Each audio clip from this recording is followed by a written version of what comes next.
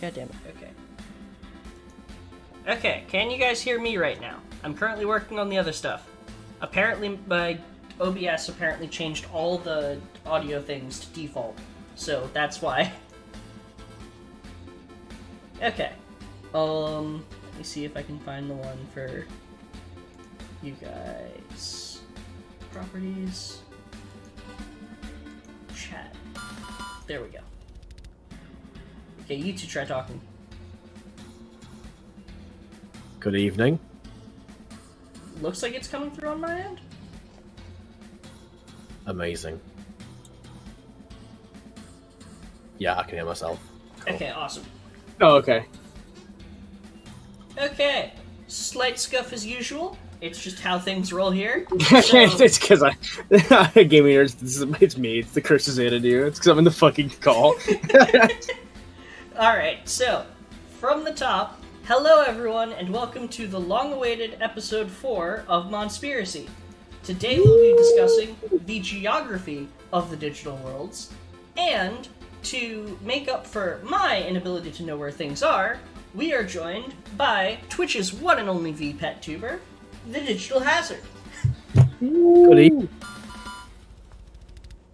So yeah, as mentioned, this week we are discussing the geography of the digital worlds, and if you're familiar with some of the stuff we've covered before on this channel, you'll know that that word does not make any sense, as we are talking about poorly designed websites that are only poorly designed because they're not meant to be seen properly by people. So, with that said, let's get on. And yeah. Alright, today's episode we're mapping out the digital worlds. So, as I just hinted at, the digital world, as we know it, is a collection of virtual spaces in the net ocean, which is the sea of binary from in which Digimon were first discovered.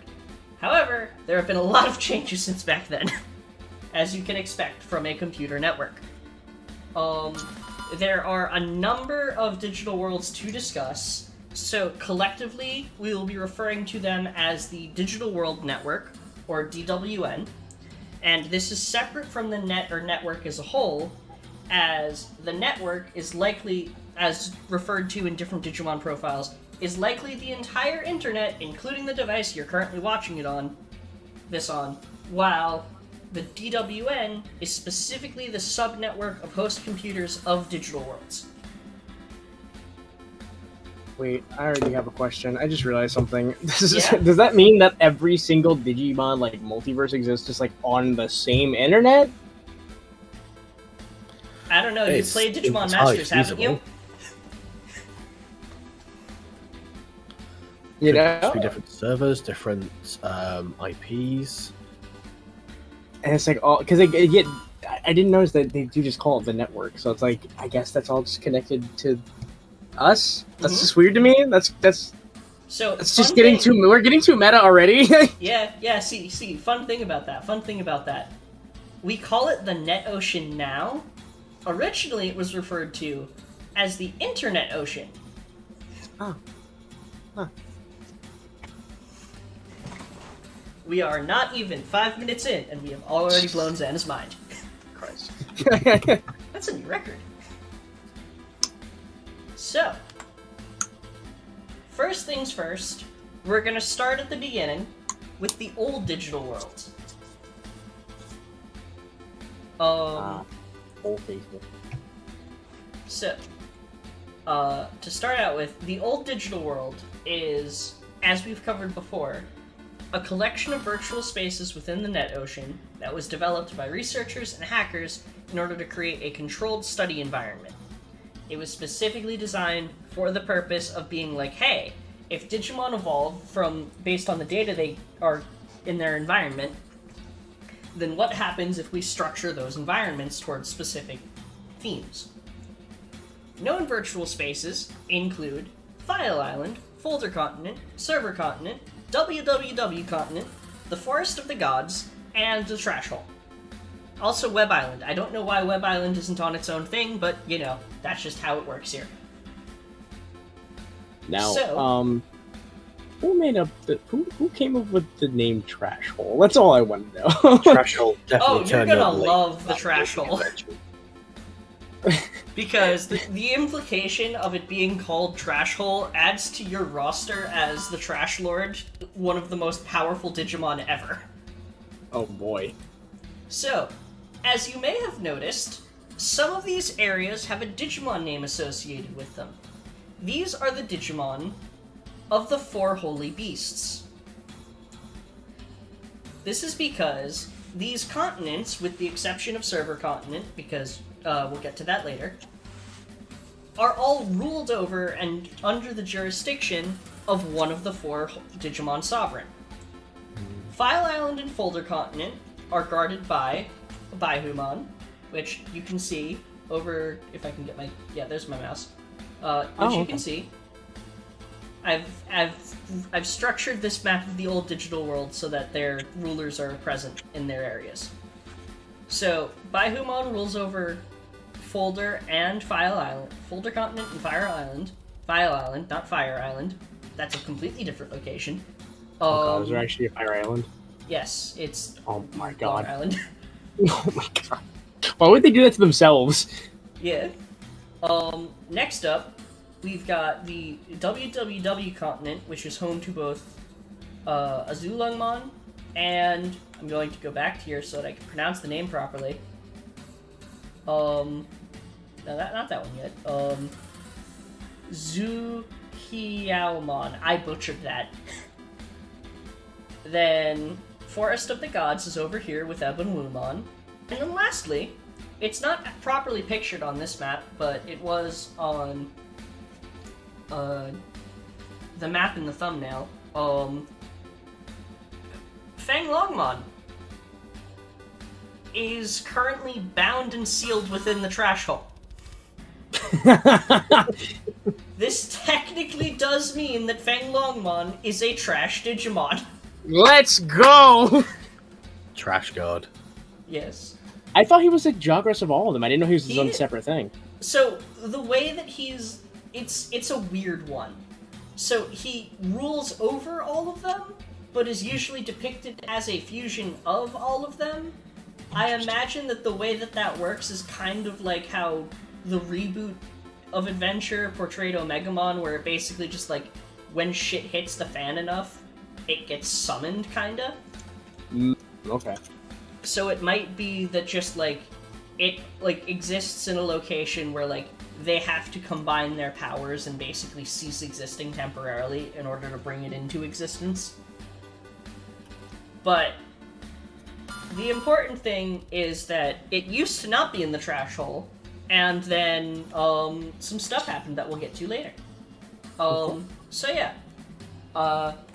First things first, we're talking about File Island. This image was handily provided to us by Hazard's research, as I have never played a Digimon World game beyond the first 5 minutes. It was redigitized decode, I got a Greymon, and I didn't want one. This has literally prevented me from ever completing that game. The game was definitely structured quite... Well, definitely a high sort of entry level of difficulty for kids, at least. Yeah. Yeah, I remember being so confused. Like, my cousin... I tried playing it one time when I was over at my cousin's house, and he got really pissed off at me because I let Alchemon shit on the floor, and I didn't know why that was a bad thing.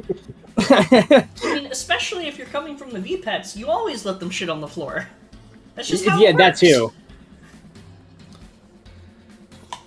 I hadn't owned a V-Pet at the time, so I only owned like the D2 at the time. So I was just like, why can't he poop? Why does he need to poop in the first place? I'm so confused. What is going on? Yeah. And he was like, you gotta run to a bathroom. I'm like, why does he need the bathroom? He's an animal. Just let him shit on the floor.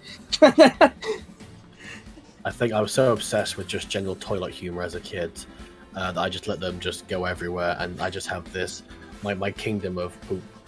I love it. Yeah, my experience with the World was that, and then I played the PSP version of Redigitize, and got what I thought was far. I probably am like all together probably like the equivalent of 5 hours in, but it took me like 30 something hours to get that far because I just suck at the game. I know I'm doing it wrong.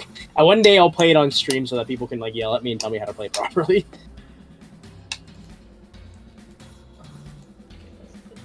It did take me an audience to guide me through my eventual first completion of World 1. Oh man, yeah, it seems like that. It has to be like that because I know like World 1.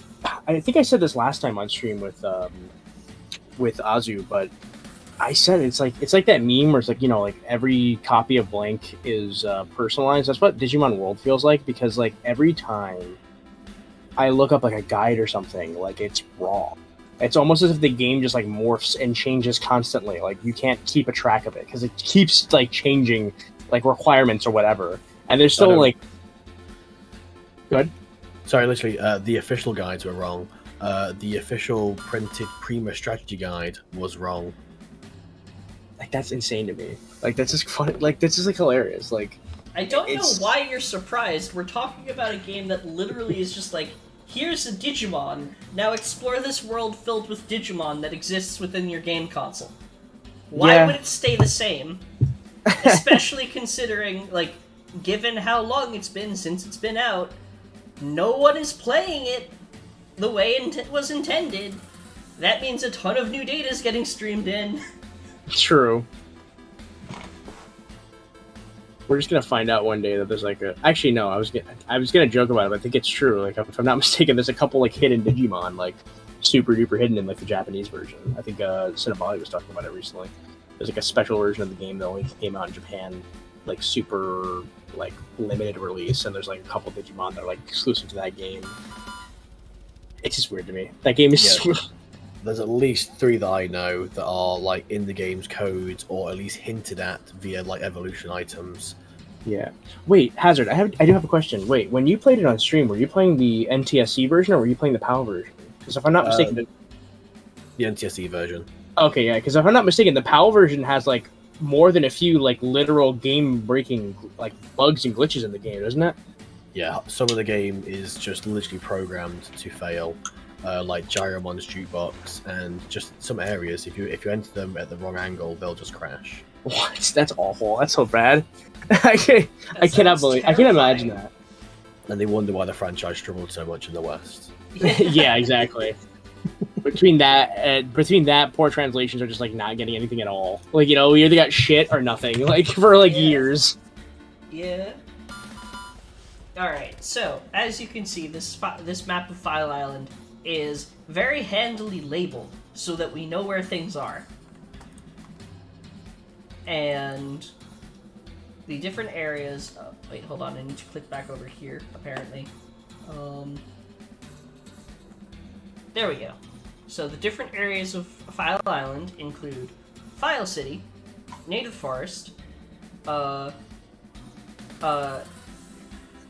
hold on. Silo Beach.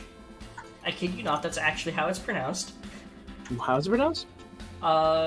So the name... So it comes from Selamon, which name comes from Coelacanth. So it's not pronounced Keola. Sela, gotcha. Yeah. Sela Beach. Colamon. Yeah. Then Tropical Jungle, Great Canyon, Greylord Mansion, Freeze Land, Ice Sanctuary, Toyland, Mountain Panorama, Gear Savannah, Factorial Town, Mount Infinity, and the Register Grassland at the base of Mount Infinity. The Register Grassland is where on File Island Baihumon has been seen. Ah, okay. And going back, you can take a look. If you're watching this on the VOD, I suggest you pause so you can like maybe zoom in or something, but you can see where each of them actually gets drawn to on this map. It's important to note that the actual in-game geography doesn't match the official art of the geography. Oh my Of course, god. because why would it? Again, Digimon World is just a sentient being that changes itself at will. That, and I mean, like, when you think about it, it's literally a its name quite heavily implies that it's literally a computer file. True. So it might be that the reason for the difference in its geography is just like the display that it's on. I definitely like the resolution of the TV screen you're playing on could adjust the size of the island. It's all about file size. All about that file size. But yeah. Next up, we have one that is significantly easier to understand. I'm lying. Folder Continent.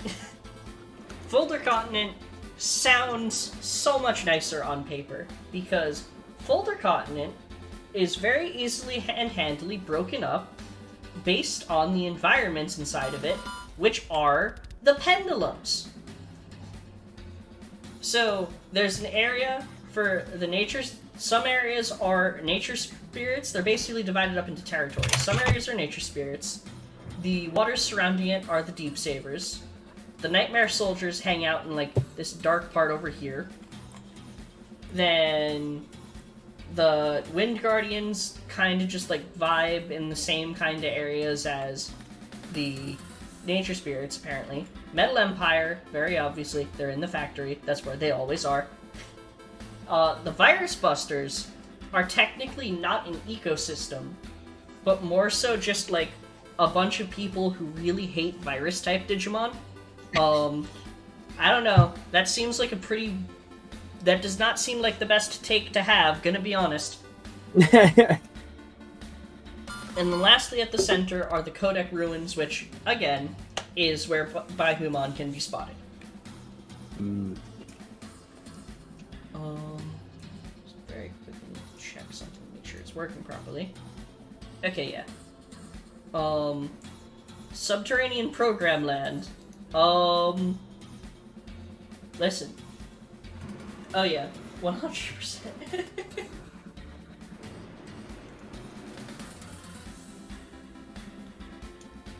Yeah. There's a lot of stuff in Digimon World 1 that just, like, was never documented, like we were talking about. There's so much. I'm trying to make sure that I have the actual, like, YouTube chat up while I go through so that I don't, like, so that it actually refreshes. Because there's so much stuff that just doesn't refresh if I don't have it on screen. Speaking of which, Xana's camera, as usual, is doing that too. Uh-oh. Alright, let me see if I can, like, actually read based on my second screen, or if it's gonna keep trying to glitch out even though I have Paladin mode keeping it stable. You can't hold them back any longer. Yeah.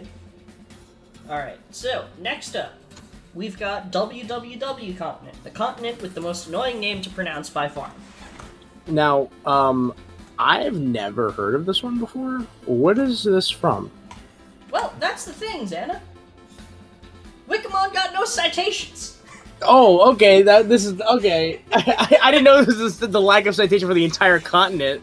Yeah, we've just got an entire continent that's barely cited anywhere. It exists. Source, trust me, bro.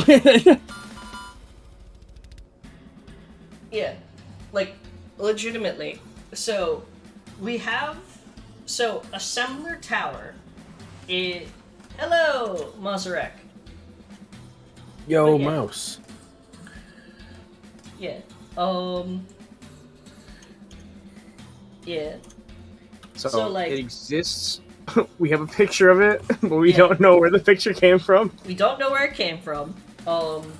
It's entirely possible that all of our pictures of WWW Continent, are actually taken by Azulongmon and Zukiaomon solely to basically be like Peter Parker taking pictures of Spider-Man. What? Okay. All right. But, I'm gonna go out on a limb. I'm just gonna take a wild guess. We might as well. I'm just gonna say maybe this is the Pendulum Progress. Maybe this is what they're going for. We honestly have no idea. What we do know is that Assembler Tower and Boot Volcano do have citations associated with them, as there are profiles in the encyclopedia that reference them. Okay.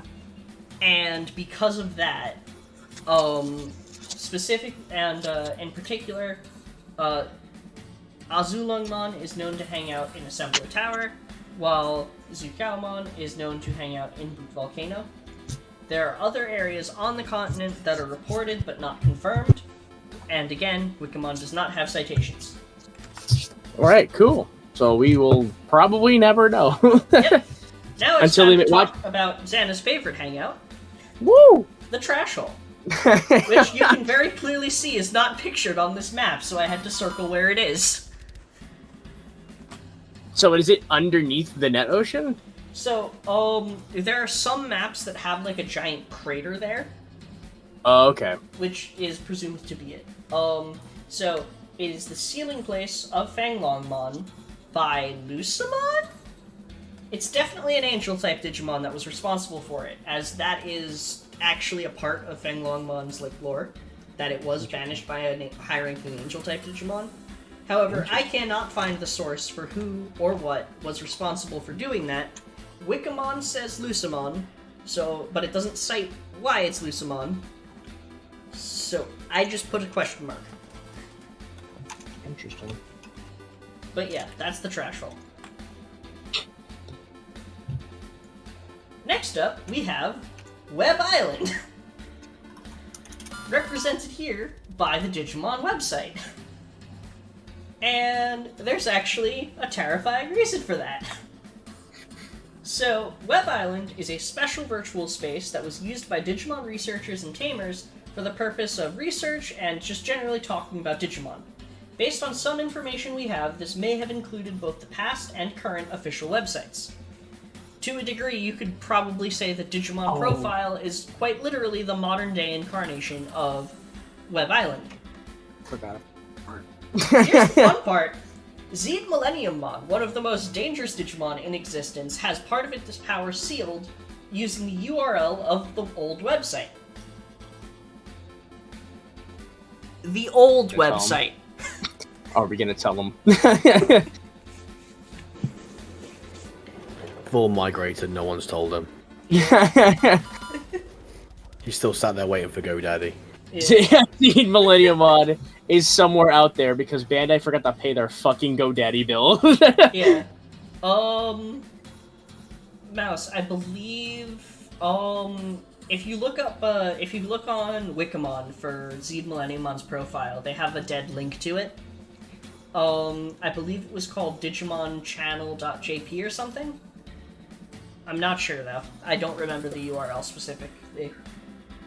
I think it was something along those lines, like Digimon.jp or something like that. Yeah. I think if you go to the Wayback Machine, some of them did get backed up. Oh, yeah. So either he's stuck in the Wayback Machine or he's back out there in the network. We'll figure out if they ever make a Zeed Millenniummon. Yeah, when the Zeed Millenniummon raid comes, that means they found it. Which means we gotta take care. We're gonna have to take care of them ASAP. Yeah. I hope they do that. I really do. That'd be awesome. Oh yeah, 100%. I mean that is like the running theory on this channel. Raids are just the escape of Digimon from Cocytus, which we'll get to. Other virtual spaces exist that are technically separate from the Digital World Network, such as arenas and coliseums during the early era. In general, virtual spaces created by regular tamers or independent researchers would not be considered a part of the Digital World Network. I do not know if Zeed Millenniummon in 2020 has that URL, because I did not watch that far into the Adventure reboot. That's a good question. I don't know if I would assume it might be different, or they may just made it gibberish. They might have made it gibberish, they might have made it the new website, they might have made it not have any digicodes holding it back. That's true.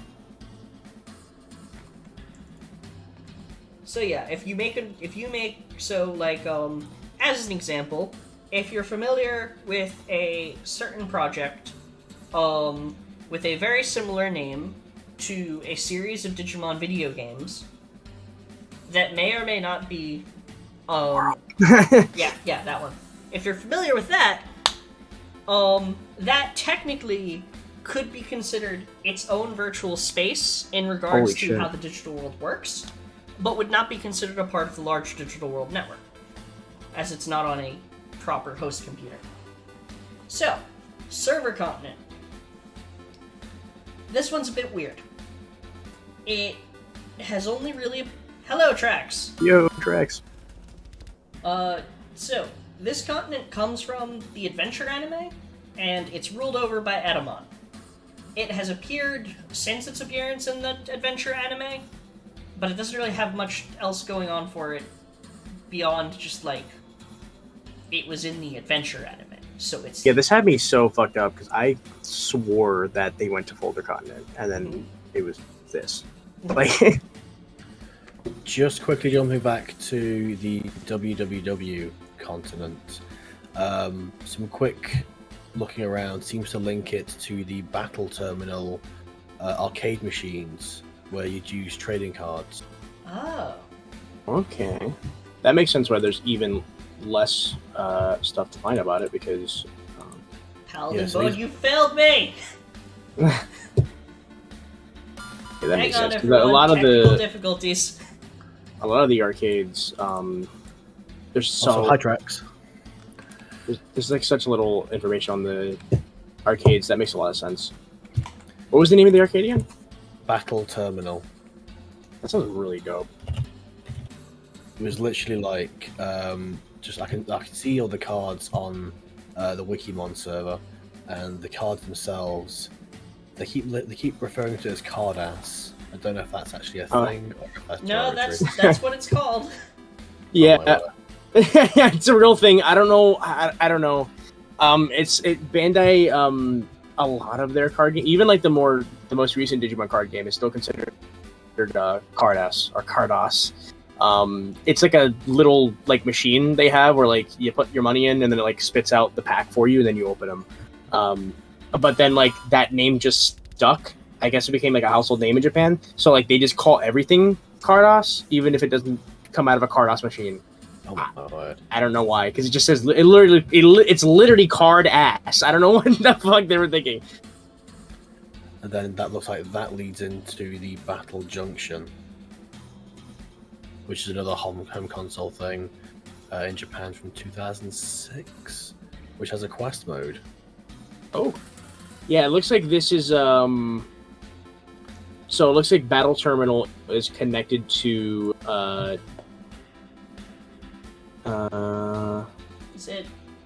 Is it Saber's Arrow? Purchase version. It says it's from LNR Wars, so it's specifically the twins, which is interesting. So if WWW Island is the Digimon twins, where does the Pendulum Progress take place? Probably just on the regular Folder continent, I guess. I guess so. A pit opens in my stomach whenever the twins get brought up, because I don't have it's like the last Vpet I don't own, and it pisses me off.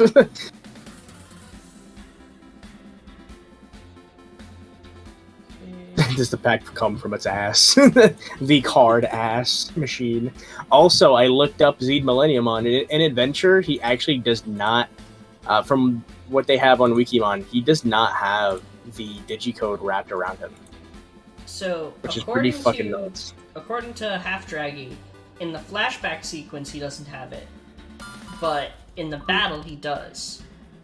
Interesting.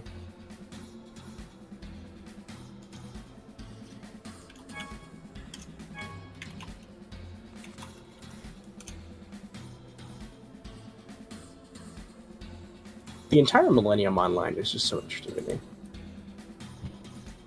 It really is insane. It was probably the peak of 2020 for me, to be honest. It sucks because I'm like right before all that pops off. Like that's when I stopped watching. I plan on watching, like finishing it, but it's just like just haven't gotten around to it. Yeah. Because like I think I stopped watching like a couple episodes before they crucify Gabumon.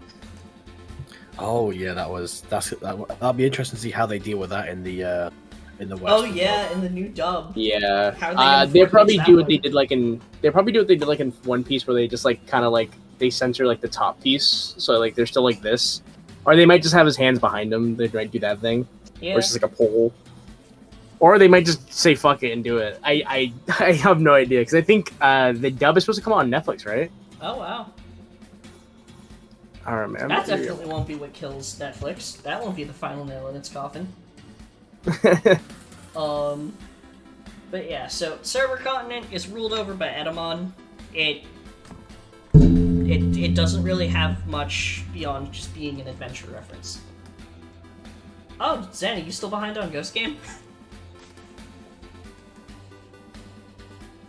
Yeah. I think I'm 2 episodes behind now. Dang. Last episode I saw was what was the one after the Zubamon showed up?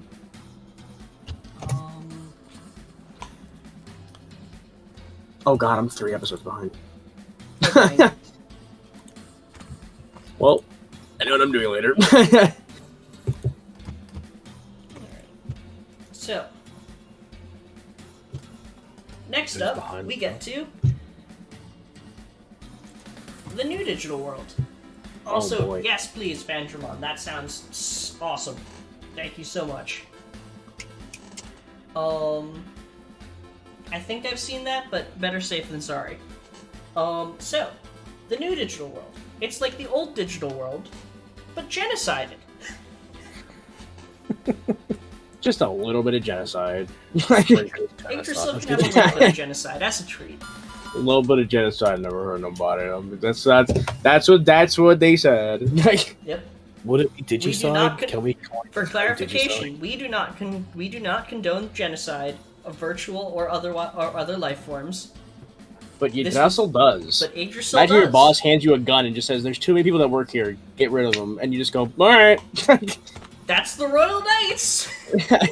It's the lack of pushback for me. I think it was like, who was it? I think it was like what? Dukemon was like the only one that was like, wait a second, guys, maybe there can be another way to do this, and everyone else Yeah. is like, no. Like, Wild is the virus type who has the morality. yeah, like go fucking figure, you know? Like, Yeah. Like, which is made even better by the fact that there are two virus. Like, despite like it making such a big deal about him being a virus type, like, oh, at any moment he could possibly return to the dark side and become a monster that could destroy the entire digital world.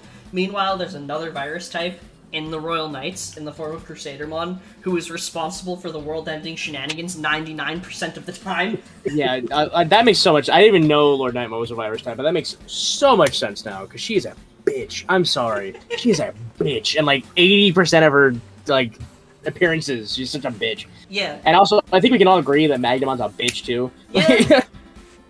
especially in X Evolution. Yeah, in the movie, I was like, damn, dude, I believed in you. Yeah. I used to look up to you. You were supposed to be the chosen one. You just sat here and decided eating shit was the way. How dare you? Yeah. But yeah, the new digital world is interesting as it's divided into 3 terminals based on the past, present, and future. So specifically, the reason behind it is okay. You know what, Cypher? You've got a point.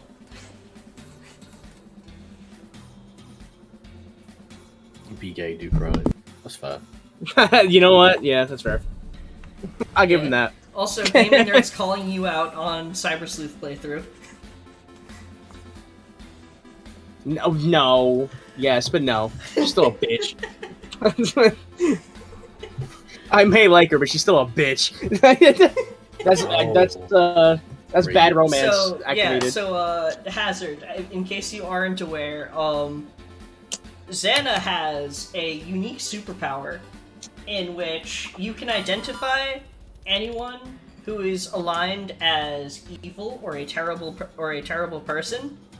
Or the central antagonist. Yeah, dependent on whether or not Xana is attracted to her.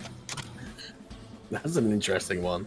It is like almost foolproof. It's really bad. Like I don't try either. Like it's really They're, fucking like, bad. Some of his friends legitimately have, like, midway through their first playthrough, just called him in, just been like, "Is she hot?" Yeah, they're like, what do you think about this character? I'm like, I think she's kind of cute. And they're like, okay, that's all I need to know. It's like, all right, that's cool.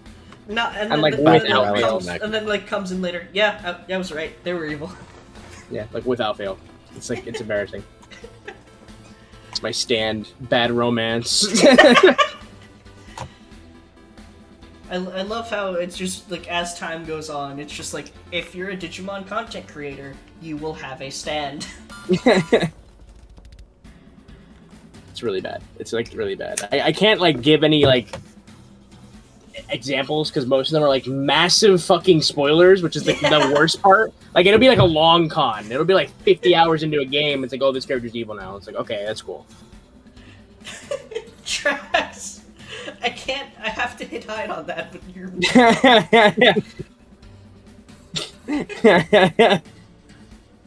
It just points to it. It's like a dowsing rod. Yeah. Bad morality. Yeah, you're right, Yeah. Cypher. Jesmon does seem to be pretty chill as well. Yeah, Alpha Jesmon's Mom ad lib. I think most of the later editions. Unless were you're chill. watching Try, because the Adventure Canon doesn't care about what the Oh, profile yeah, entry no. books say.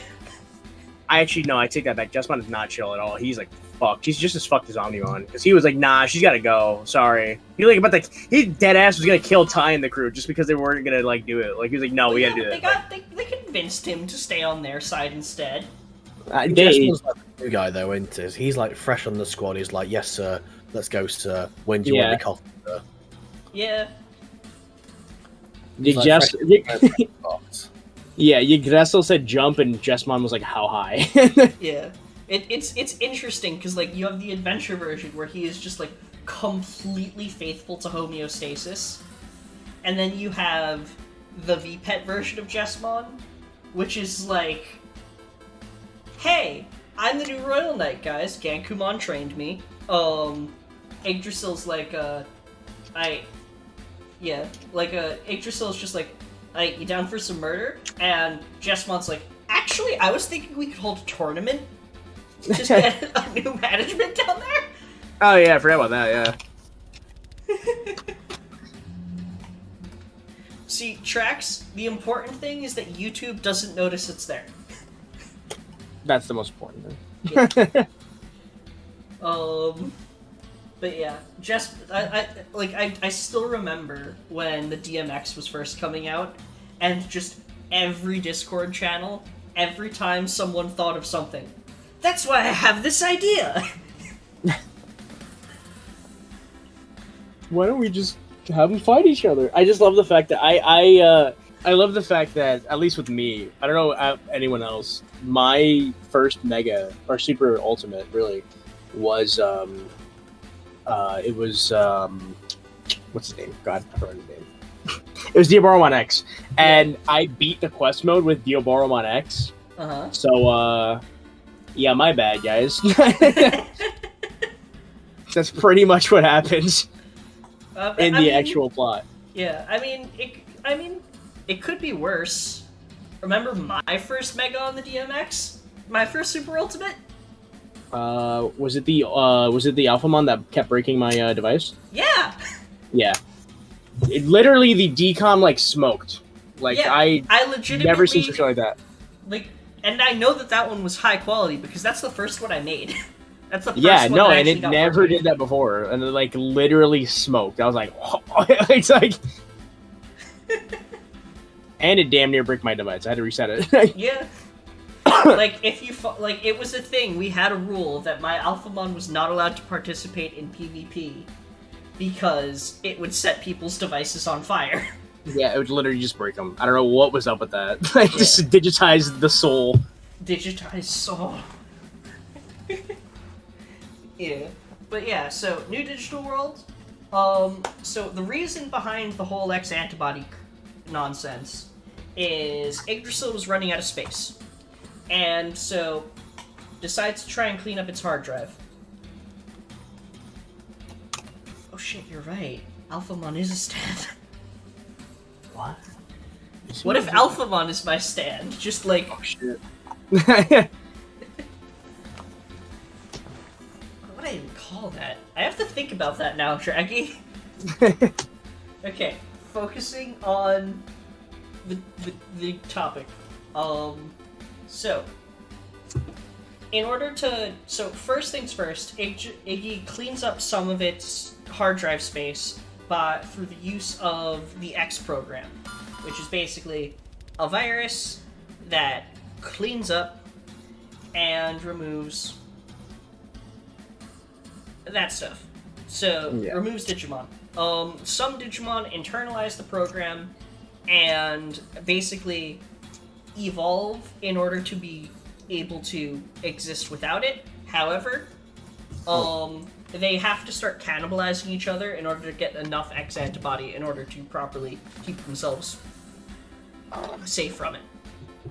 I feel like that's always the most overlooked part of this entire era, is the fact that, like, Digimon were quite literally fucking eating each other. Like, that's awful. Oh, yeah. The Pendulum X actually debuted a new care mechanic called, that basically was just like a bloodlust, where a Digimon would call out because it needed to fight more. I forgot about that, yeah. Yeah. It literally it's like, I need to kill Excel too, because I would have times when my Digimon would just start screaming at me, and I'm like, what do you want? Your hearts are full, your strength is full, and then I remembered that the DMX, the Pen X did that, and I was like, oh, you just want some murder, okay. I think that's where I stopped reading, and I had to double check if I was reading some sort of weird fan fiction. Yeah. It reads like DeviantArt 101. Yeah. I know a lot of people dislike the X era because of how edgy it is. That's why I really like it. I love shit like that. You really dislike moods of the X era isn't really that edgy when you consider that, like, the X era isn't really that edgy. It's more so just like that Adventure 1 and 2 softened everything down for everyone. Remember, version Saturn, it was literally a story about how people were taking their newfangled programs and being like, hey, let's have them murder each other. Digimon has, like, the original Vpets. Your Digimon can die in combat. And literally, some of the most well-known, the cyborg Digimon are literally people being like, hey, I have this virtual life form, and I have the ability to program. Let's mess with its DNA and see what happens. No one in this franchise is innocent. Yeah. So, too many Digimon. Iggy deletes a bunch. Sets up a new system for the digital world so that he doesn't have to commit genocide again. This is very out of character for Iggy. He doesn't seem to do any of this kind of thing anymore. But apparently was this just this time he was defragging his hard drive? Yeah. So he creates 3 new layers or terminals that exist in a different function so that their data is not stored on the host computer. Basically, the new digital world is a cloud. Damn. He was on that shit before anybody. Yeah. So it's divided into multiple layers or terminals based on the evolution type of the Digimon. The 3 terminals being Ulud, Versandi, and Skuld.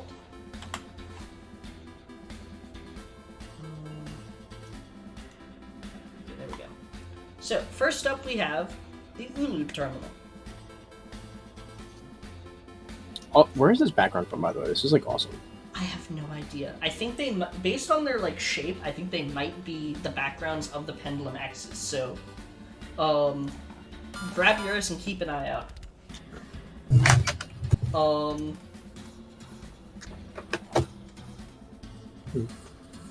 So, Ulud Terminal represents the past, is the habitat of ancient types such as dinosaur Digimon, and this is the only one we actually have a list of continents for.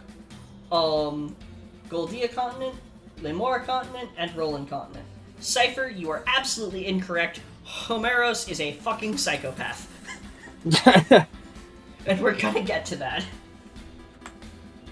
Next up, we have the Versandi terminal. This one match up? Not really, actually. All Like, right. kinda? Maybe? Possibly? Okay. But yeah, Versanvi Terminal, this is the present. It's filled with many varieties of Digimon. I kid you not, that is all the information we have on it. Okay. Like, I'm telling you, man, Wikimon had nothing. Lastly, we have the Scold Terminal, which is, like, cityscapey and shit. So, it represents the future, and is filled with artificial evolution and machine-type Digimon.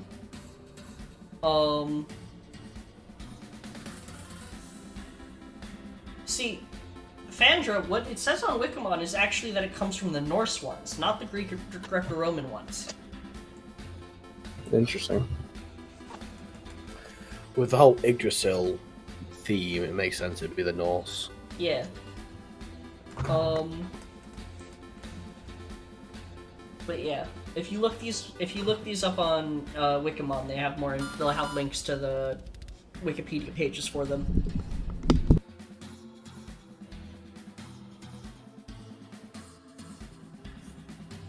So, now it's time to talk about the current digital world, Ragnarok, because, like Hazard said before, Iggy was just defragging its hard drive. So, Ragnarok is fusion of the old and new digital worlds, still run by Iggy.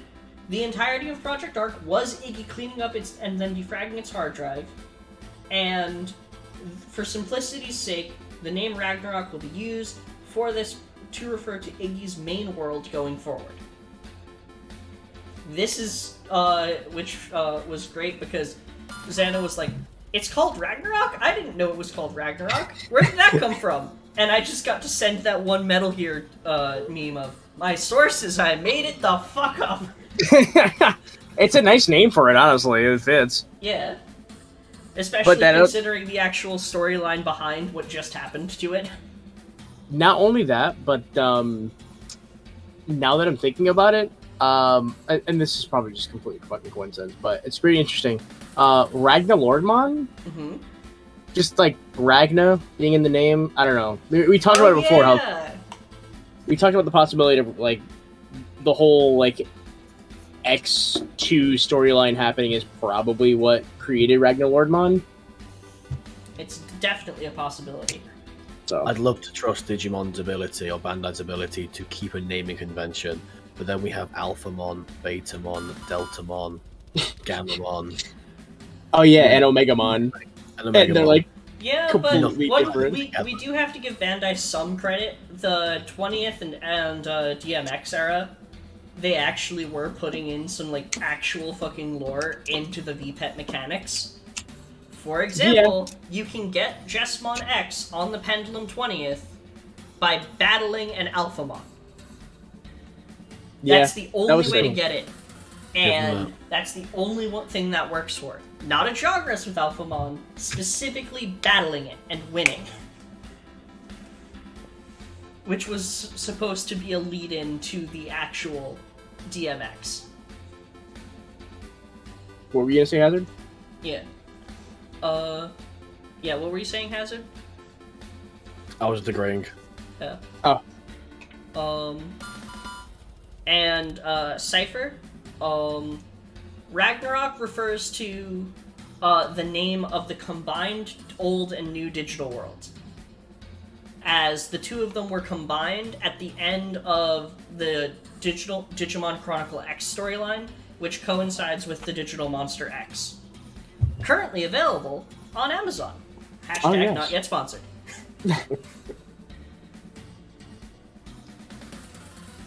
So, now it's time for the other digital worlds. Lord have mercy on our souls. I won't. So, multiple other digital worlds have been referenced. Examples include Iliad and Witchelmy, though the members of the Nightmare Soldiers of Boulder Continent of the Undead and Demon Man types are said to have come from another dimension. While some are known to be located on a different host computer, Iggy's name suggests that it may host multiple digital worlds. There are also some theoretical digital worlds. Ah, okay. I did not know that, Cypher. Thank you for that. Oh? Apparently, Ragnar Lordmann's name comes from a Viking ruler. That's the most badass name ever. Like, That is what? a really badass name. So yeah, other digital worlds. First one we're going to look at is Iliad. Since Iliad and Homeros have no depictions whatsoever, I just use Grace Novamon because it looks cool.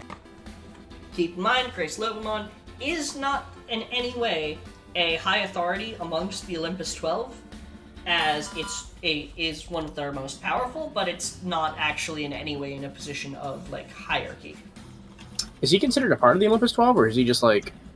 Is he like inferior to my power? I don't know. There's not actually a, like, clear one. And yes, Fandramon, we're going to get to that one. That one's down the line a bit. So, Iliad is on a different host computer called Homeros. Homeros is an anarchist. So laws aren't a thing in Iliad.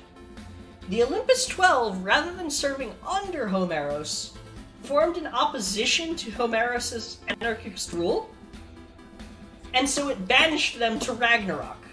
Technically speaking, it banished them to the old digital world, as Marsmon first appeared, way before the X storyline started. Oh, shit. But we got sprinkles of them between the old and new digital world, and so we're at Ragnarok now. Titamon and Plutomon were later sent to destroy them. So, as I was saying, Homeros is a fucking psychopath. I love how Grace Novamon's type is just Galaxy.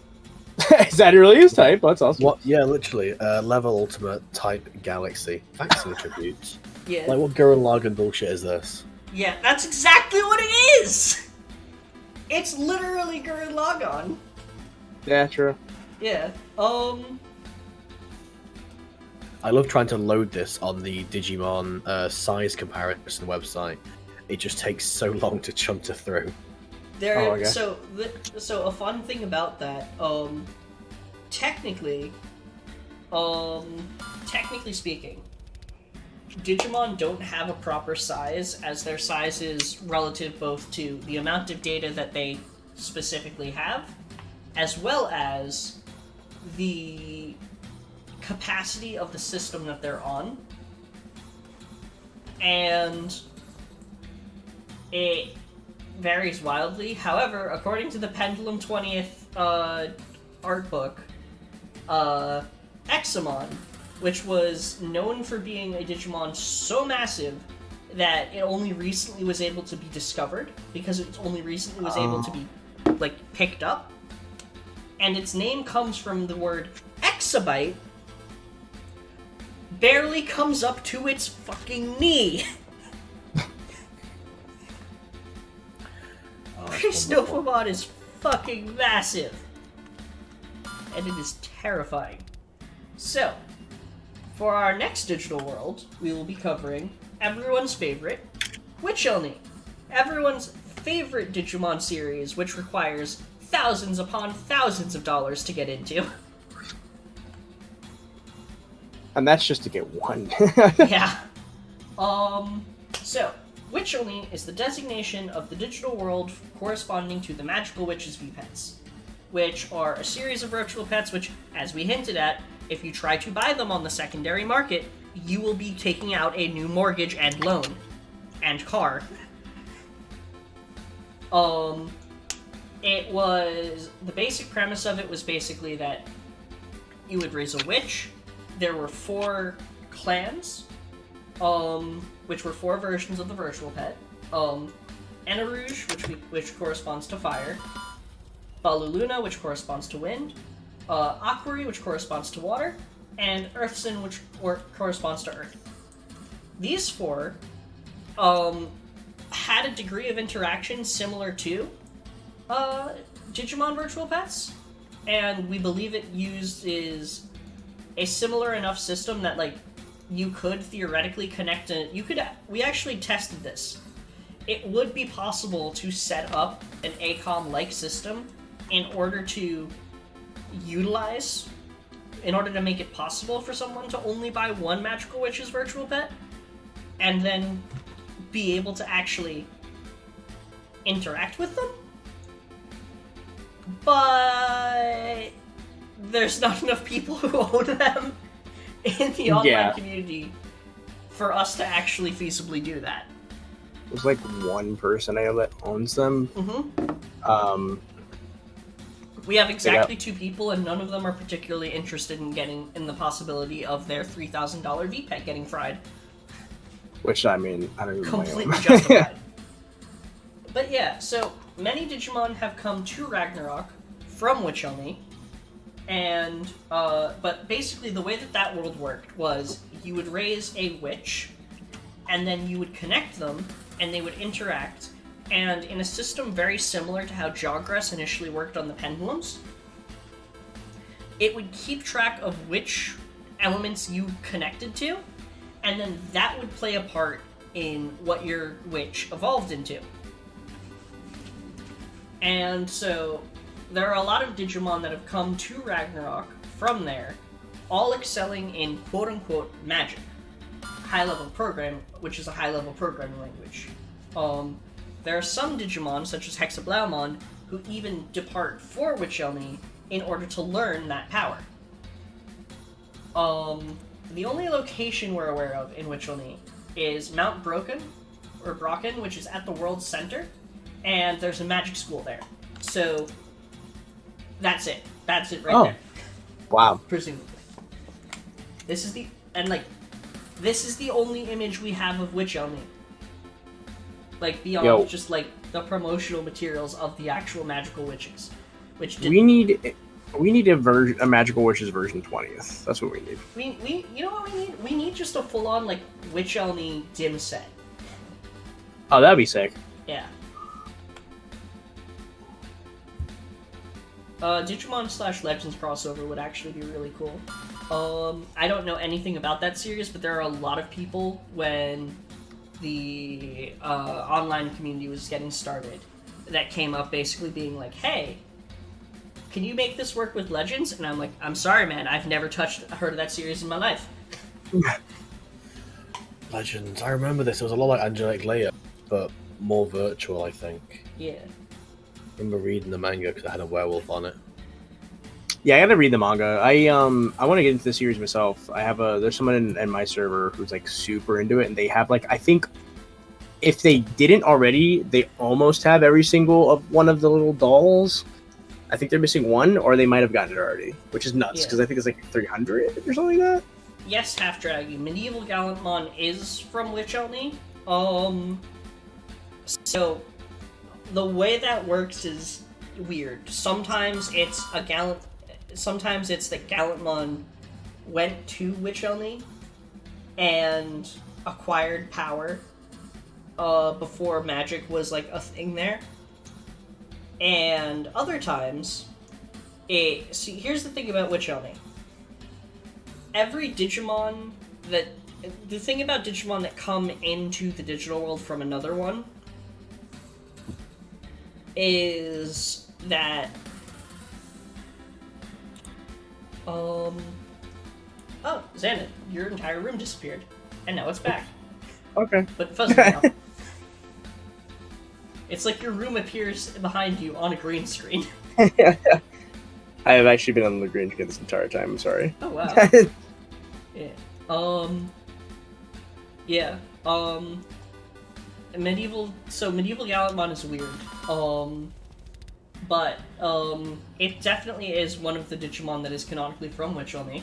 While not officially confirmed, Pixelmon's magic suggests that it too comes from Witch Elni. As it has the same kind of phrasing of magic, in parentheses, high-level programming languages. Yeah. I don't know about where Medical Gallantmon is, but I imagine it's probably hanging out in the same place that Jessmon Metal comes from. Which, did anyone ever make that fan art of the...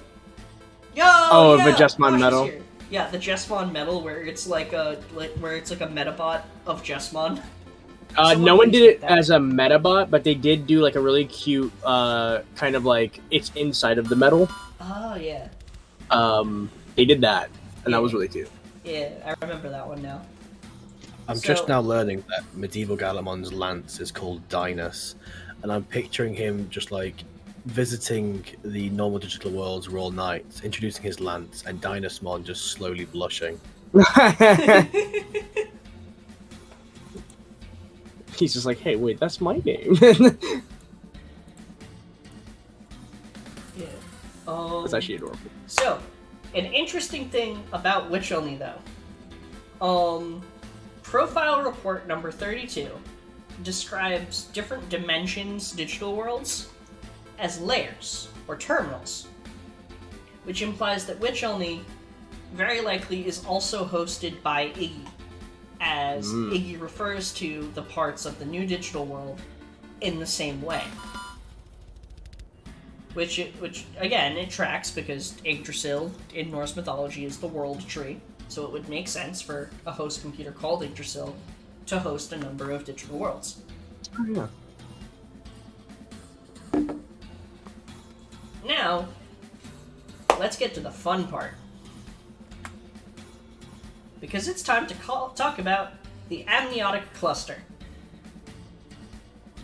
Or, as Here some we people know fucking it, go. Tamagotchi.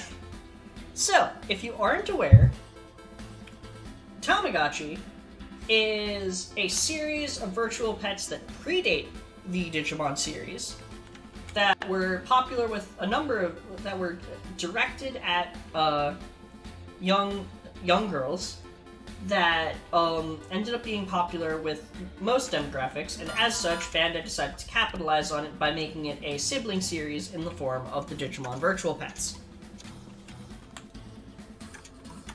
There is one Digimon on the version 4. Version 4 is actually very interesting, as it basically consists of traveler Digimon to a degree. Like, it has Pixelmon, it has Nanimon, it has a lot. But Nanimon is the result of when an invader by the title of Oyaji came to Ragnarok, specifically the old digital world. It originated in the Tamagotchi Vpets, which implies that the Tamagotchi are also from a digital world, or that their structure makes them compatible with being uploaded into a digital world. So, Tamagotchi has crossed over with a lot of different franchises. Oh, yeah. As such, there are two ways that these crossovers could have worked. The first is that the Tamagotchi visualization program, Tamacapture, are changed in order to reflect basically overlay existing characters instead. Or it could be that they are simulated digital worlds of these different properties, possibly to examine the effect of dropping a virtual life form into a fully established setting. What does that mean exactly? Well, if Nanimon is a Tamagotchi, but when brought over to a digital monster, or technically as the original name was, Mobile Battle Simulator, then if you were to drop any Tamagotchi into a mobile battle simulator, it should be able to have some combat in there. Which is very fun to think about when you have things like servants from Fate, characters from Demon Slayer, Sora from Kingdom Hearts, and what's the big one? Angels from Evangelion. Oh yeah. Dinosaurs from Jurassic Park. Dinosaurs from Kamen Jurassic Rider. Park. Yeah. And we can't possibly forget about the OG, the Namco mascot, Pac-Mon. Oh yeah. Pac-Mon. I hate how good that pun is to me. Honestly, I hope they do that one day. That'd be I awesome. seriously hope they do that one day. Especially to factor in, because initially I was writing this script before the BE got announced. Oh my god! Wow. So, thank you, Karn, for lending me time after time for that one. As we now have multiple, we are very likely going to be able to have fights between the different Vital Brace stuff, which we will get to. I don't think we do have a Digimon that becomes a Tamagotchi yet. That would be something I would like to see, though. Oh yeah, that would be really cool. Yeah. I mean, we have the dot status. That's pretty much the closest we get. Yeah. Which one? The dot status. It's a status in Digimon World 1 and Digimon Cyber Sleuth, where it reverts your Digimon to its pixel form. Oh, It gets massively reduced attack power and various other status elements. Yeah. I know in Cyber Sleuth it prevents your Digimon from using any skills, and it can just basically do its basic attack. Yeah, pretty much. But yeah, so moving away from the amniotic cluster, we get to the vital simulations, or the cardia cluster. Ooh. So, with the success of the Vital Bracelet, a Metarot DIM was released, which contained virtual versions of the Metals, Tin Pet, and Metarots Metabee and Rokusho, as well as Ometamon, a Digimon, which fused the two into an Omegamon/Shoutmon style, alongside Metabots styled after War Greymon, and Metarots styled after War Greymon, Metal Garurumon, and Omegamon proper. Why am I saying Metarots? Because some asshole decided to take the trademark for the name Metabots and turn it into a fucking crypto scam, and that is why we don't get Metabot stuff in the West anymore. I mean, I think Metarot was the original Japanese Metarot name, is the Japanese version, which is why I was using it. What's worse is he would have had to apply for the copyright for that name, and someone would have got a notification to say, this person has applied for this copyright, do you want to contest it? And they chose not to, or to ignore it. Why? Yeah. So I hope someone in turn got slapped for that. I'm pretty sure. 100%. I hope they did. hope I'm so. sorry. I didn't They think it was ruined important. everything. Yeah. So, following this, the Vital Bracelet Characters was released, with VBM's Vital Bracelet memories based on Kamen Rider and Ultraman. While not working exactly as intended, the VBC and VBM are interchangeable with the VBDM and the DIMs, implying that the characters are a similar kind of virtual life form. Whether these simulations are just that, or have full-on digital worlds for an unknown purpose, remains to be seen, but I've dubbed the hypothetical grouping of these worlds as the Cardia Cluster. I see what you did there. Yeah. Very good.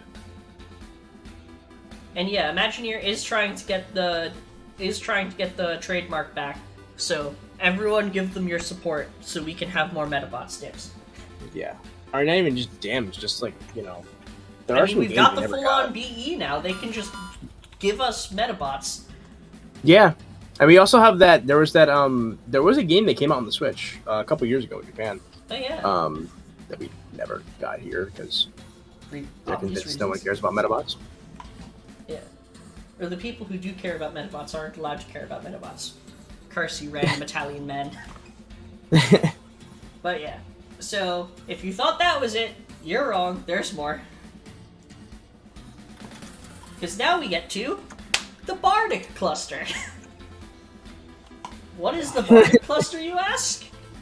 Well, Digimon anime, manga, and games often change the specific rules of the dynamic between the physical and digital worlds while still adding to the larger research. The possibility exists that these stories are actually the result of simulations run by a host computer into how more direct human interaction could affect Digimon evolution. The name for this subgrouping comes from the word bard in reference to Shakespeare and his quote, "All the world's a stage." In short, Yeah, basically. Well, no, it's not a cluster made of barns, but like, in general, the idea is that if the storylines for different Digimon series were based on simulated digital worlds, that this would be the grouping of those digital worlds. Are we done yet? Nope. Because now we have to talk about the dark areas and Cocytus. Oh boy, this is the most fucky one. Yep. So the dark areas are where bad mons go when they die, or sooner. Specifically, the way that the Digimon death works is if the Digimon's Digicore is intact, it will revert back to a Digitama upon taking an amount of damage that basically causes it to die. However,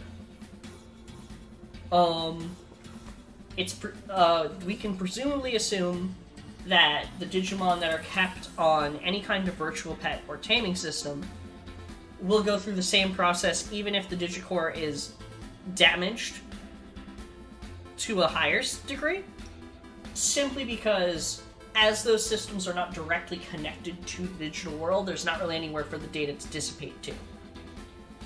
And so it's very likely that the taming system itself simply recollects the data and compresses it back into an egg. However, in the natural digital world, if a Digimon's Digicore is too damaged, the data will essentially dissipate and then recollect in front of a Digimon known as Anubismon, which will then determine whether the Digimon was good or evil. Not in the sense that, like, it was a douchebag, but, like, in the sense that, like, it committed atrocities. So long as it has not committed any atrocities, it will get turned back into an egg and sent to, like, Village of Beginnings, whatever. If it has committed atrocities, the data will be consigned to that digital world's dark area. Then it doesn't go anywhere, Draggy. Then it doesn't go anywhere. It goes to hell. Yeah. So, each digital world has its own dark area. However, and this is where things get stupid, and it has already backfired. All dark areas are linked to another lower layer called Cocytus, which is the deepest layer. Cocytus is where the worst of the worst Digimon are kept. Cocytus is linked to every single dark area. Each digital world has their own dark area. If you are a terrible Digimon, you can use Cocytus as a pathway to another digital world. Which is what we have possibly seen prior to this. This is literally the plot of the X2. Yeah. Because, I mean, someone had pointed it out. I think it was, I want to say it was Citabali, but it might have been someone else. Someone did point out that the Daemon X design, he has the Digimental, like around his belt from Vtuber. And Yep. that was his whole thing of Vtuber. He wanted the Digimental to achieve a higher form of evolution. So Daemon X has achieved that higher form of evolution finally, and he had that on him. So it's possible that that Daemon is the same Daemon from Vtuber who crossed over into the X2 lore, or even, you know, might take place in the same universe regardless, since Vtuber is already in the Vpet universe. But still, Yeah. it's just kind of fucking nuts to me that it's all connected in that way. It's Yeah. like terrifying. Like every villain is from, well, every villain gets sent to the dark area, and they just can, if they want to, and if they can just break out and go to any other digital world. I mean, the circumstances have to align properly, but I mean, We at least have like, we have evidence of those circumstances aligning properly, so. yeah, the circumstances have It's aligned still a perfectly at problem. least twice. Like, Also, fun fact about Daemon X, Read its profile, Xana. They confirmed that. No, did they really?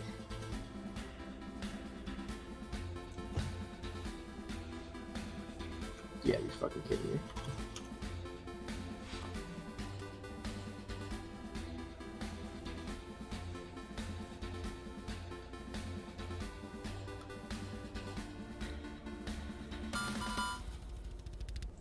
We don't really get why Beelzemon's there in the first place. However, as Beelzemon is usually depicted as a pretty chill dude, and like the token good teammate of the 7 great demon lords, this is consistent with him actually being a decent character by the end of Tamers.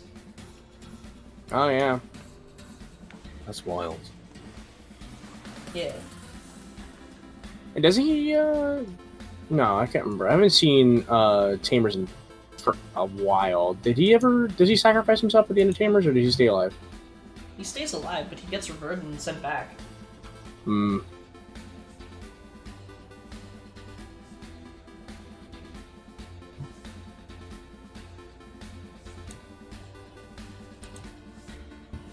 I love how Demon or Damon, however you want to pronounce it, has like literally the most basic Digimon name you can imagine, with his actual name having like 2 letters and then Mon, and yet they've ran so wild with this design. Absolutely. Yeah. You know what makes it even better?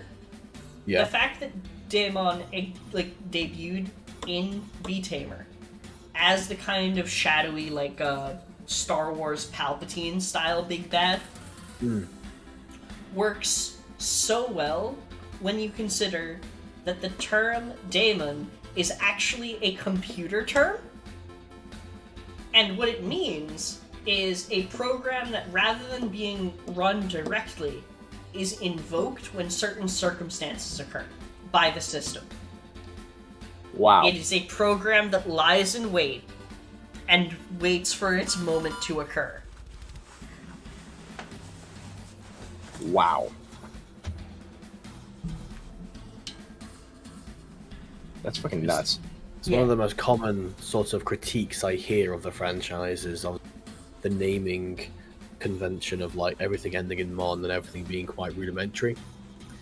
But even with this one, they still managed to make it work. Yeah. Also, I mean, there's always the classic theory of the reason every single Digimon's name ends in Mon is because they're a dot monster file the type. file type, yeah. I'd love to have that at some point. I mean, it's one of my favorite sort of theories, whether or not it's I'd still love a to favorite. get that confirmed. Yeah. It's one of the things I always mean to ask Habu or someone, or like someone with some sort of weight or something to actually give a solid answer. Oh yeah, 100%. Oh my god, that'd be awesome. Hopefully we get another interview with Habu, post-launch. Yeah. And we'll be able to ask him that.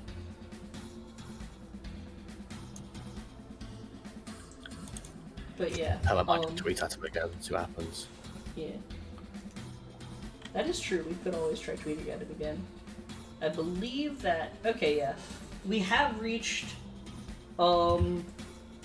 We have reached the end of this, Google document. My lord. But...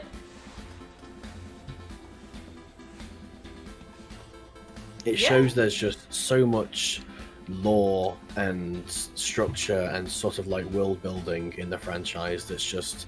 It's not freely available, it's not really easy to find, but there's a lot of it. There absolutely is, and I'm so glad that they have kind of taken the avenue of being like, yeah, there's too much disparate stuff going on, let's condense it back so people can understand it. Like, we have things like profiles on the Dark Area and Cocytus. We have things like we have profiles on Witch Only. We have profiles on the Crack Team. The Crack Team was completely forgotten before they did that.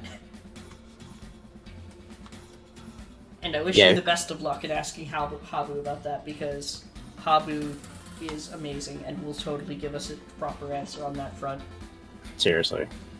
If anything, they'll give me something slightly entertaining to look at. Because even with my Murray question, he didn't give me a sort of a direct thing, but he gave me, like, something. Yeah. It would be really cool to have a Digimon Bible, especially if they release it like they did with the one that they made for the Aligned Continuity in Transformers. Yeah, that's, I was gonna bring that up. Like, the way that Hokkaidos works is very, very familiar to how Unicron used to be in the old, the pre-aligned continuity, where he could travel freely between all the different worlds. Yeah. Also, Half-Drag is probably onto something. So, Profile has unfortunately ended. There's actually a backlog of stuff we need to go through on next time Xana streams. Oh, Profile's done? Yeah, like, done? It's at the very least on hiatus. The way it ended was with Agumon Hakase joining the Royal Knights in a portal to the digital world. So presumably, if it continues, it's going to be new information. Oh, shit. Coinciding with the release of the BE and the Digivice VV. Alright, see ya, Trax. See ya, Trax. Thanks for popping in, mate. Yeah, thank you for coming. Trax. But yeah, there's just so much stuff in this. It's amazing. There's so many things about Digimon that are just, like, completely hidden unless you know where to look. And the way some things fit together is terrifying. Yeah, it's so crazy to me, because it just seems like there's so much that, like, we've gone so far. Like, this franchise has existed for 25 years. And overall, the way that everything is able to kind of call back to itself and build off of what they were, like, initially were planning, it's just like, I don't know, it's just insane. It's just so crazy to me. Like, literally the most difficult thing to figure out in Digimon, like, when you probably... It was both, because we were talking about the history of the digital worlds, but we were also talking about, like, the ways they're separated and stuff. Yeah. Oh god, a new digital world? That's terrifying. That's absolutely terrifying. It was something I was playing with some of my guys on Twitter the other day, is theorizing, like, if all the excluding Royal Knights sort of retired bar Jesmon GX, like, who would he bring in to rein in a new wave that could lead on to the new digital world, or the new digital world? Yeah. I wouldn't even mind that. I still, that's my biggest thing. Like, like, we had such a cool thing going with the Vpet lore from, like, the 20th to the X. And then the Z the Z added some new things, but nothing too crazy. The Z was, and I was epilogue. Yeah, and I was hoping the Vital Breaks was going to add some more stuff, and we haven't really gotten anything yet. Because I really want to see a continuation of that, like, story they were hyping up, where Jesmon GX is raising Karamon as, like, the newest Royal Knight. Like, I really want to see that. Yeah. Like, me and Azu, we were theorizing that it's possible that, like, maybe, like, the knight that Ragnar Lordmon based himself off of could be, like, the evolution of Karamon X, since it's, like, this weird amalgamation of, like, different Royal Knight designs and features. Yeah. The image of the knight that would wield them, as far as its encyclopedia entry goes. Yeah. But that's my one thing. That's my only thing with this current the Vpet era. That really is interesting in how, like, it very much feels like a return to form in, like, how it portrays the Digimon, but also at the same time, it's weird about it. Yeah. Like, we've got, like, the anime going back to the classic Digimon were a computer virus that gained sentience. Which is just I think the most difficult thing to figure out in Digimon really is the origin of Digimon. Yeah. Because, like, at this point, like, actually, I'm gonna pull it up and check. Because I do have the... I would have thought it was very much similar to the, obviously, the dawn of evolution of anything, really, is eventually things of the same sort will gravitate together. So your bits and your bytes and the digital soup of the, what we call it, the net ocean, they would eventually gravitate together and eventually sort of lock in and then grow from there, I guess. Yeah. Because, like, I think it's, like, a bit of both. Where it's, like, I think there are some naturally occurring, like, sentient beings that were, like, able to be digitized into, like, Digimon, and then I think others are just, like, computer viruses that were given a form. Yeah, I think both is probably the best way to describe it. Especially because, like, we did hear from Habu, and, like, I couldn't really... Like, I tried asking but during the stream, but I don't know if, like, what I was asking was properly conveyed. He was talking about how Survive has the worldview of they're not just programs, they're something more than that. Yeah. And that was kind of true even with the way that he portrayed Cyber Sleuth, in that a big part of the Cyber Sleuth duology was showing, no, these aren't just programs, there's more to them than that. Yeah. And so, like, I couldn't really, like, I don't know if I properly articulated my question, but I was trying to ask him if he, like, which, like, origin he preferred. That they were programs that became something more, or that they were something that became visible because of digital technology. And he was very much talking about that because of how Survive's worldview is more adventure-aligned than Vpet-aligned. But at the same time, if you go on the Digimon website, they explicitly state, one day an artificially intelligent virus began to spread among the world's computers. It changed its shape and form as it traveled through the network and evolved into the life forms known as digital monsters.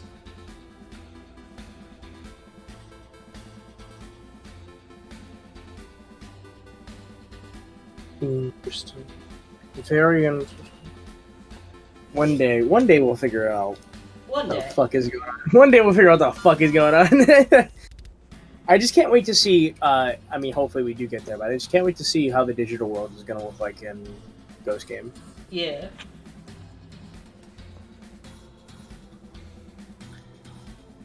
So one of the biggest problems of having so many different teams, actions, so many different worldviews. We've obviously had various different games try to write their own lore, and almost... I mean, I don't think Toei has ever made, prior to Ghost Game, I don't think Toei's ever made an anime that actually respected any of the existing lore. No, I don't think they ever would have, really. I don't think they have much concern over what they're dealing with. More a case of just making things for toys and to sell things. Yeah. Yeah. Literally, the reason we don't have, any, like, the reason that the fusion forms for the spirits of wind, ice, and thunder never appeared in the anime for Frontier is purely because those designs were not toyetic. They were. Like, if you look at Aldemon and Beowulfmon, they're very clearly made of the parts of Agunimon and Burning Greymon, or Lobomon and Kendogarurumon. But, and, like, it's also true of, like, Kaiser Leomon and Loemon. All three of them are very, like, Raihumon, I think is what it was called, is very clearly built from their parts. Yeah. Whereas the other three are not like that at all. So they only get to show the ones that are like that. Because that's what the toys are made of. Yeah. Yeah. Yeah. I didn't even know they had that. Yeah. But, like, yeah, like, Habu, like, mention that Survive very much comes from the idea that Digimon are yokai and technology gave us a way of viewing them. And that kind of like SMT-esque view of things is very much the core of the adventure style stories. So things like Adventure, O2, and things like Adventure, Zero Two, Frontier to a degree. I haven't seen Sabers, so I can't say. Definitely Cross Wars. In the anime, like, definitely Cross Wars. All of those very much take on the adventure-centric view of yokai, of basically yokai becoming digital. Whereas, on the flip side, most of the manga and the Tamers anime, technically Atmon, and now Ghost Game, all take a more Vpet-centric view of they were computer programs that gained sentience, and then from there developed further into basically being complete virtual life forms.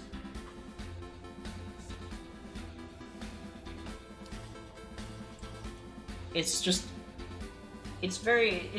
interesting debate, and to be honest, I do plan on doing a theory in regards to the origin of Digimon in the future, which will be great because then I really will have written up the origin of species, but for Digimon.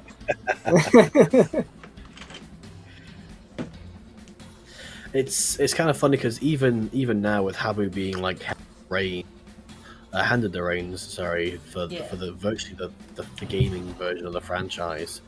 I think he came in around Redigitize era of the game. So I think that was the first thing he was involved with. Yeah, I think so. I still want to speak to the other guys who ran the older games to try and work out like their viewpoint on what they were trying to build, or whether they were just making a game, whether they had any sort of intention of building an overworld. Yeah, that is interesting. That would be awesome. There's also Tabu is amazing because like he started out not knowing anything about Digimon, and now he's one of the biggest Digimon fans, like pushing for like a more consistent system. Sorry, who is this? Habu. Ah. Yeah, he started out not knowing anything about Digimon, and now he's like the biggest Digimon fan. I know for a fact the team that worked on Digimon World 1 worked very closely with the Vpet team at Bandai, which is why that game feels so different compared to like everything else that came out after it. And it's because that was 100% based off of like what the Vpet team were trying to portray in the Vpets. And they were just like giving it form. I don't know if that same team worked on like the future games, like any of the World 2 or World 3, but I know at least for World 1, that's what they were trying to do. Is they were trying to like visualize what the Vpet team were trying to do with the tiny virtual pets, but on like a more grander scale and like in 3D. Yeah. Which is still up in the air as to why Cherrymon looks like a crackhead in that game. That's just one of the life's mysteries. Yeah. I literally can't work out why Cherrymon looks like that. It was even after Cherrymon had a trading card in the Japanese version, and they still made none of that. So there was a real breakdown in communication on his design. I mean, yeah, it's so strange to me. Another world unique design is, of course, Golemon PlayStation. Yes, because he's just the green wireframe block. Yeah. Oh. Okay. But even then, he was translated to Rockmon at some point. Which, no, he was Rockmon in Digimon World 1 as well, actually. Yeah. Interesting. So the list of work. So yeah, his first game was Lost Evolution. Yeah. Where he was the production assistant, probably fresh into Bandai's quarters at that point. Yeah. Oh, interesting. And that's the game that's about to come out soon, right? It says it's one being translated. Can I find his LinkedIn? I wonder. Interesting. So he came in, like 2010. when Habu came in. Interesting. Pretty cool, actually.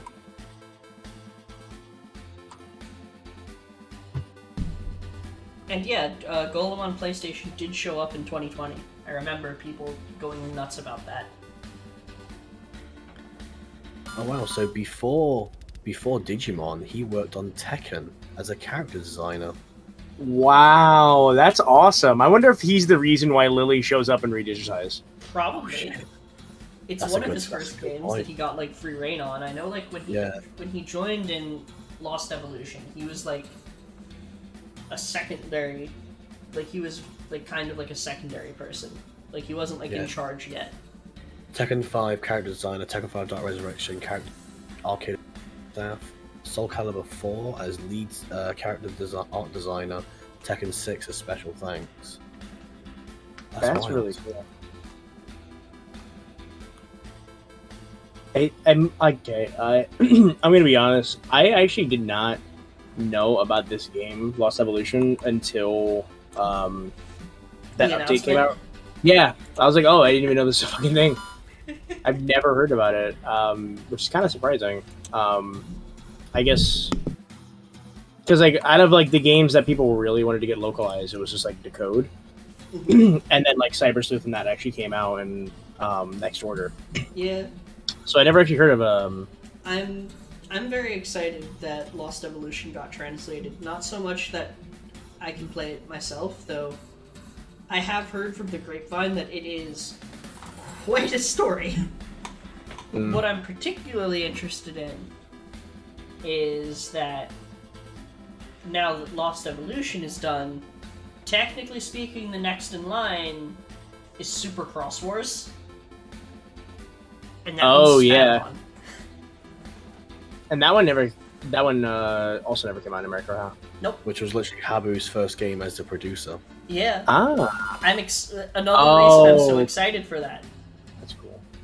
Like, first off, it's Cross Wars, like, mechanics, which I love the mechanics behind Cross Wars. It's got Spatamon, so it's got Legend Arms. It actually has the most information about Legend Arms anywhere. Because that entire game's plot revolves around Spatamon. And it's Habu's first time being in charge, so like... There was a team doing it that dropped the project? No! Please tell me you're wrong about that, Cypher. Please tell me you're wrong. I mean, we have Gon. Gon's pretty close to Agumon, I guess. Yeah. Yeah, that's true.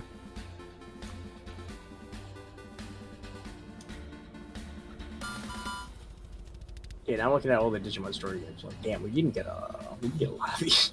Yeah. Oh lord. I just love reading this sort of stuff.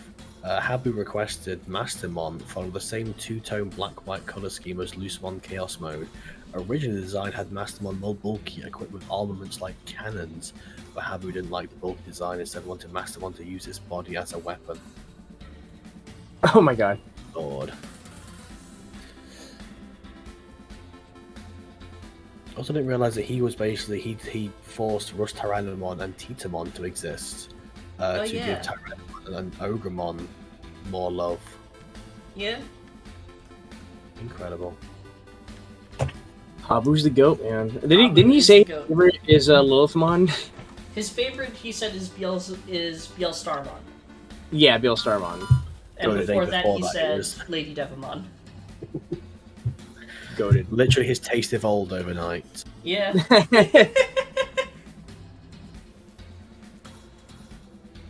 He's got impeccable taste, I must say.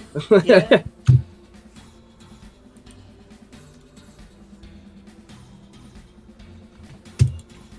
I do absolutely. I'm very excited that, within another couple weeks we will be playing through Survive for the I first am time. so hyped for Survive. I just Legitimately. cannot believe it. I literally have the day before booked off and the day of it booked off just to wait, because obviously it's still not on Steam, which I don't find overly concerning, but it's still quite strange. But then I don't Yeah, know. no, I'm It's concerned. normal, I'm at the point of honestly. concern personally. Like, I don't know what's going on with that. Because I've heard it's normal for Bandai to take forever to get Digimon games up. And I mean, like, it's not like we're really there's not really much that you miss out on, really, because, like, the Japanese pre-orders have, like, those, like, plushies and stuff, but, like, the regular, Oh, those plushies are literally just left over from Adventure 2020. yeah, great. but, like, there are the new cards and stuff, but, like, the only thing you're really missing out gameplay-wise would be Guillemon, and Guillemon's not a pre-order bonus. It's a... Guillemon... No, is it like an early bird thing? Yeah, I did it's roll just like back the if you news buy on it that one. early, it'll come with Guillemon. And they Oh. have changed it at least twice, where when he was first announced, it was a pre-order bonus, and then he was an early purchase bonus, and now he's just a bonus. Oh, interesting. So he's Oh, definitely so like. you're getting him regardless, basically. Yeah, essentially, they're just going to add it into the game. There'll probably be a code in the box or a DLC code added first thing. I wonder if it's gonna be like in Kingdom Hearts 3, where like there was like an early thing where you could unlock the Keyblade from the mobile game early if you got a code from the mobile game, but like later on in the game you get it anyway. It's just you can get it earlier. Like maybe that's the thing. Yeah, I wouldn't imagine they'd lock like one of the franchise's most favorite designs behind buying it in the first week. I hope they do. What? No, they would never do something like that, like create a special version which has a unique Digimon that you can only get through there, and then make it mark it up slightly compared to all the other ones, and then never release it again, making it one of the most requested items in the entirety of the franchise history, as multiple people pay like twice its original market price in Digimon. Talking about which only, or are we talking about Shadow Hell? We're not talking about Shadow Hell, we're talking about Vmon. Oh, yeah. Oh, God, You yeah. know, the one you don't have to worry about because you got the green version. Ha! I did. Sorry. I just found a local friend who managed to pick one up and borrowed it off them. This is back when obviously we could remove Oh, the nice. DRM quite easily. Yeah.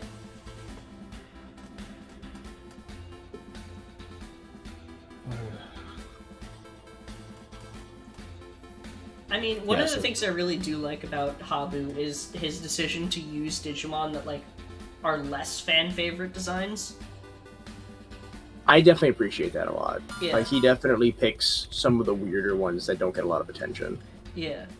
Like, one of the reasons I'm so excited for Survive is how not only did they choose less common Digimon, but they chose less common Digimon, and then they designed the characters around the less common Digimon. Oh, is that how they did it? It looks like it. Like, the girl with Shakomon literally looks like if you made Shakomon into an anime character. Oh yeah, for Survive. Yeah, for Survive. I mean. Yeah. Yeah, they definitely do look like they like belong with their characters. It's really cute, honestly. Yeah.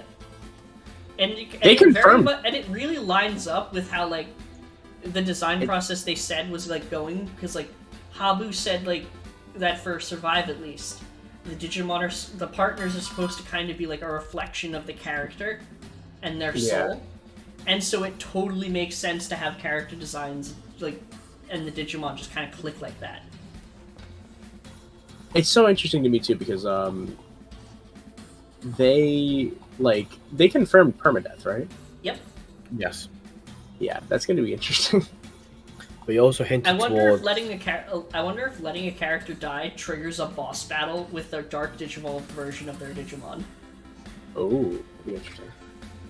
I think, from what I picked up on the conversation, sort of what I read between the lines, was there will be some story options where you have to choose, kind of forcing the repeated playthroughs of the story to get whether it's at least 3 endings. I think they've mentioned. So, yeah, they said like 3 Habu said generally. that there's technically 4 endings, but one of those endings cannot be gotten until your second playthrough forward.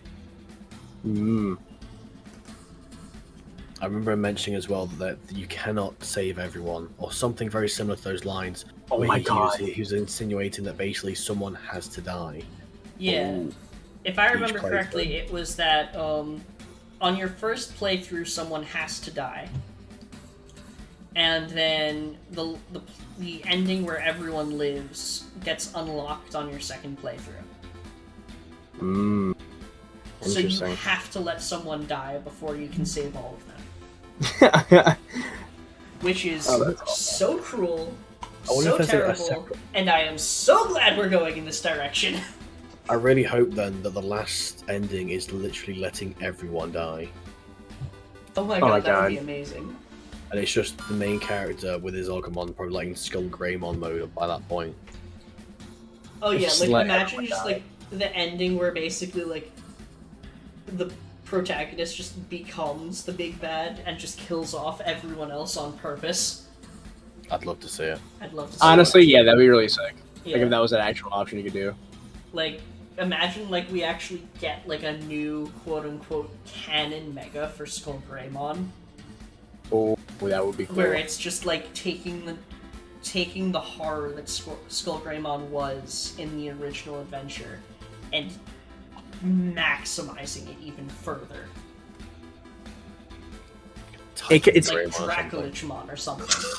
Oh yeah, it's giving me like I mean it's not necessary, but it's kind of giving me no yeah, it's giving me like Cave Story vibes. I don't know if anyone in this call's played Cave Story before. I've never played that. The vibes that Survive gives me is definitely Devil Survivor 2 from Shin Megami Tensei. Because those games very similarly oh god, Cypher, you're probably right. It probably will have genocide, pacifist, neutral. I mean, didn't they say that it was like a harmony, morality, and then what was the third one? Something like that, yeah. There was a relationship aspect, wasn't there? Where Yeah. you had different interactions would cause things. Yeah. Which gives me Danganronpa vibes for Yeah. sure. But like the Devil Survivor games, well, to start out with, the Devil Survivor games also had the same the Devil Survivor games they had the same kind of combat system where it's very, I guess, Fire Emblem-esque, but a bit more isometric. There was the option to recruit, but also just like build your like the ones that you start with kind of skills. There were relationship-based stuff, because it's an SMT game, of course there was. And, like, the overall goal was, hey, you just got dropped in a terrifying situation, survive, and keep as many people alive as you'd like. As you'd like. Yeah. So, it absolutely feels like a kind of Digimon take, like a Digimon adventure take on the Devil Survivor concept. Which is awesome, considering that if you look up the protagonist from Devil Survivor 2, it's literally Arata from Cyber Sleuth. Isn't the one from 1 just pretty much Taiga from Redigitized? Yeah. You gotta love it. It honestly is great. Hello, Last Meow. I think that's how you pronounce that. You introduced yourself as a cat. But hi, unfortunately you got here mostly like in the... Yeah, it is the same character desire. Unfortunately you've gotten here mostly in like the end kind of discussion that has completely drifted away from what we were initially talking about, but Yeah, if we're you are just interested getting hype on. in the geography of the digital worlds, feel free to check out the VOD afterwards.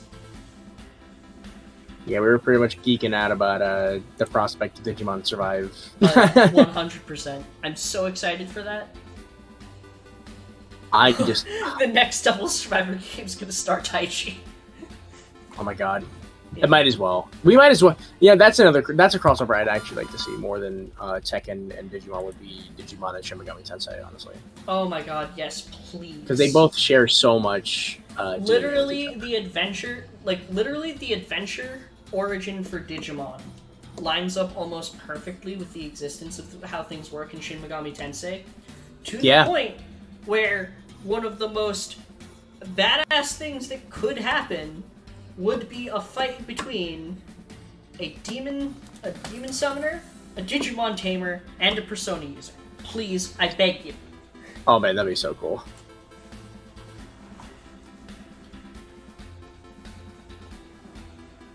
Honestly, yeah, come on, do it. Like, Sega, you and Bandai are already like buds. You collaborate fairly often. Come on, make it official and put Digimon in SMT or Persona. Either one works. Honestly, I think that probably Persona would work better for Digimon than SMT proper, if I'm honest. Yeah, because the whole high school aspect and everything. Not that. More so that, like, Digimon being a reflection of the soul of their tamer. Oh, yeah. Feels much more, it feels like it fits in with Persona's kind of storytelling more so than it does with SMT. Because SMT very much is not about the bonds between you and your demon. In fact, it kind of encourages you to be ruthless with them. Well, yeah, because they're kind of dickheads anyway, too. They're kind of dickheads, but you literally murder them and to fuse them together into stronger ones. And it makes an emphasis of, like, they're demons. They're not meant to be friends. They're not meant to be trusted. The purpose behind them is to essentially make you stronger. And so they have, like, a focus of, like, keeping relationships between human characters, but it doesn't really focus as much on treating your demons like people. I mean, it depends on, like, which version you're going for, because, like, the way that Cyber Sleuth and, like, the original Vpet lore handles it, it's very much like SMT, where, like, a lot of people just use Digimon as tools. There's not, like, a defined partner. And you can modify them and change them. The classic Vpets definitely feel more SMT, whereas the Adventure Origin feels way more like Persona. Yeah. But I would say that it still feels... I would say that the Classic Origin still kind of feels Persona-esque in a way that, like, Cyber Sleuth, like Cypher said, Cyber Sleuth and Hacker's Memory kind of were Digimon's take on Persona to a degree, because, well, the Digimon were their own characters, and they were independent entities. The entire point was basically how the Digimon kind of encouraged the growth of their tamers, so long as their tamers weren't treating them like nothing but tools. Yeah. And so, because of that, you can kind of have, like, a cool kind of, like, crossover dynamic in that, like, you have characters who literally draw their strength from accepting who they are as people, and you have characters that grow as people through their interactions with something that that most people wouldn't even consider. I do remember that trope has been in most monster raising franchises. I think even Monster Ranch had an episode about it. Oh wow. With, like, the monster being used as a tool rather than, like, a companion kind of thing. Oh yeah. I know. I've never seen Monster Rancher, but I know Pokemon handles that quite a bit. Like that episode with Charizard, or Charmander, like the OG series. Yeah. I mean, it makes sense that Pokemon, and it kind of makes sense that Pokemon ended up with the same kind of view as Digimon of basically being like, they're your friends and you should take care of them, because it's based on bug collecting, and you kind of need to keep your bug alive if you want it to be able to fight people. Sure. But at the same time, I always feel like Digimon delivered on the concept of Digimon being friends and something that are more than just a tool. Way more than Pokemon does, because Pokemon, it very much feels like its goal is to collect them all. Like, it's literally the point of every game to complete your Pokédex, collect all the Pokemon. Whereas Digimon is very much like, here, this one's yours, it'll become something based on what you do with it. It's not going to be a matter of, like, what level it gets to. It's going to be a matter of, did you feed it properly? Did you train it? Did you fight with it? Did you take care of it properly? That's what determines it.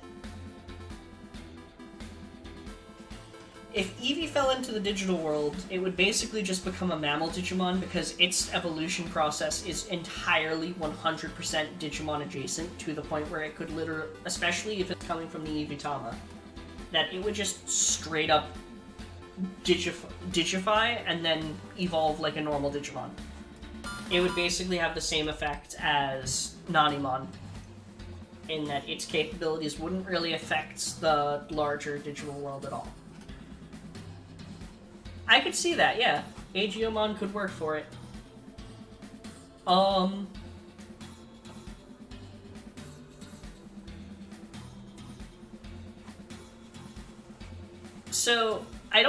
So here's the thing. The important thing to remember about the digital worlds is, yeah, Eevee to Lobbermon also kind of makes sense, but the important thing to remember about digital worlds is that they're not like a proper planet or a world. At least not in the Vpet canons. They're more so a collection of... It's almost like a collection of websites on the same server. And so, like, the different areas and their layouts and everything are more so like the visualization program interpreting a badly made website on a web server, because that website was designed to function as a place to host Digimon, not as a website. And so basically, File Island, that's a file on a web server. Folder Continent, that's a folder on a web server. www Continent, that's probably like more of like the face of the web server to a degree. Web Island, that's the literal face of it. That's literally the part we interact with whenever we look up Digimon.net.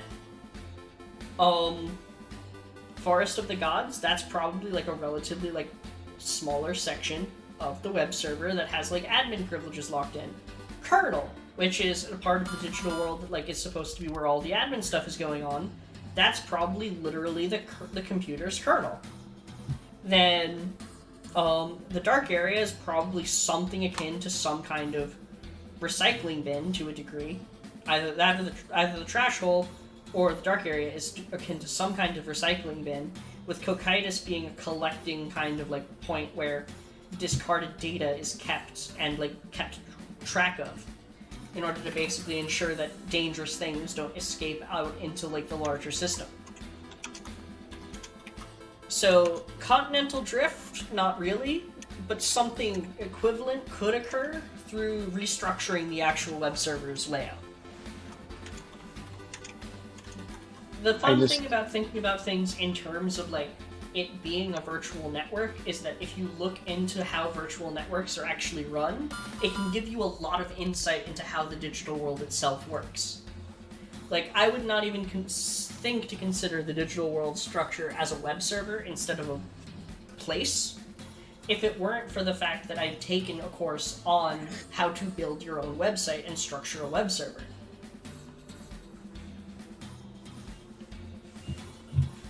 There's a lot of good stuff you can think of in that regard.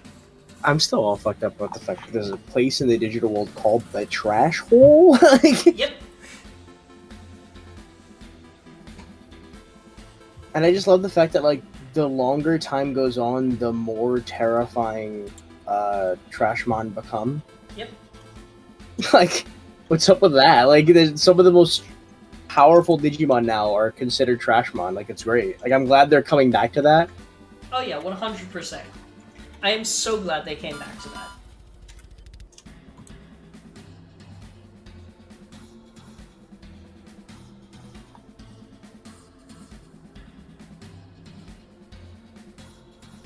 Just something feels good, you know? It just feels good to know Yeah. that you're on the winning team. Yeah. I could literally spend hours on the wiki just reading up and jumping path to path to path. I know, But right? It's insane. There's just so many tangents of things to learn, so many tangents of things to like. You think something's just like a surface level. Oh, that's pretty cool. You dive down into this whole thing. Like, I remember I loved Chaosdramon for years. I thought he was amazing. He was like my favorite Digimon, and I never knew about the crack team. And then I read into the crack team, and it was just like, holy shit, here's a massive pit of lore to read into. Yeah. Especially considering that, like, the crack team and, like, the early hacker era is how they, as a whole, shaped so much of the things that came afterwards. Like, it's theorized that the crack team is responsible for the creation of the Metal Empire, which implies that every single Metal Empire Digimon was in some capacity created for a specific purpose. The Metal Empire is literally an empire trying to control the entire network. Or in some capacity be able to resist control from outside forces on the network. And you have things like the early digital world, pre-Mega level, that's like basically the hacker era. It was totally common to modify Digimon, to restructure them entirely. There were teams working on things like Labramon, which is literally an artificially created Digimon. So when you consider that, and you consider things like item evolutions like spirits and armor Digi-Eggs, which are supposed to have come from the ancient digital world, and you look back at what the quote-unquote ancient digital world has to be, considering that, like, pre-Mega level has to be the ancient digital world if the ancient warriors are some of the first Mega levels. And you start to think about things like the different item evolutions in Digimon World 1. And how that works in the sense of, like, comparing that to an armor Digivolution or a spirit evolution. And there's just so much stuff. Yeah, you even had, like, one example of a location evolution. Yeah. And King Sukamon being able to reverse your evolution. Yeah. Oh, yeah.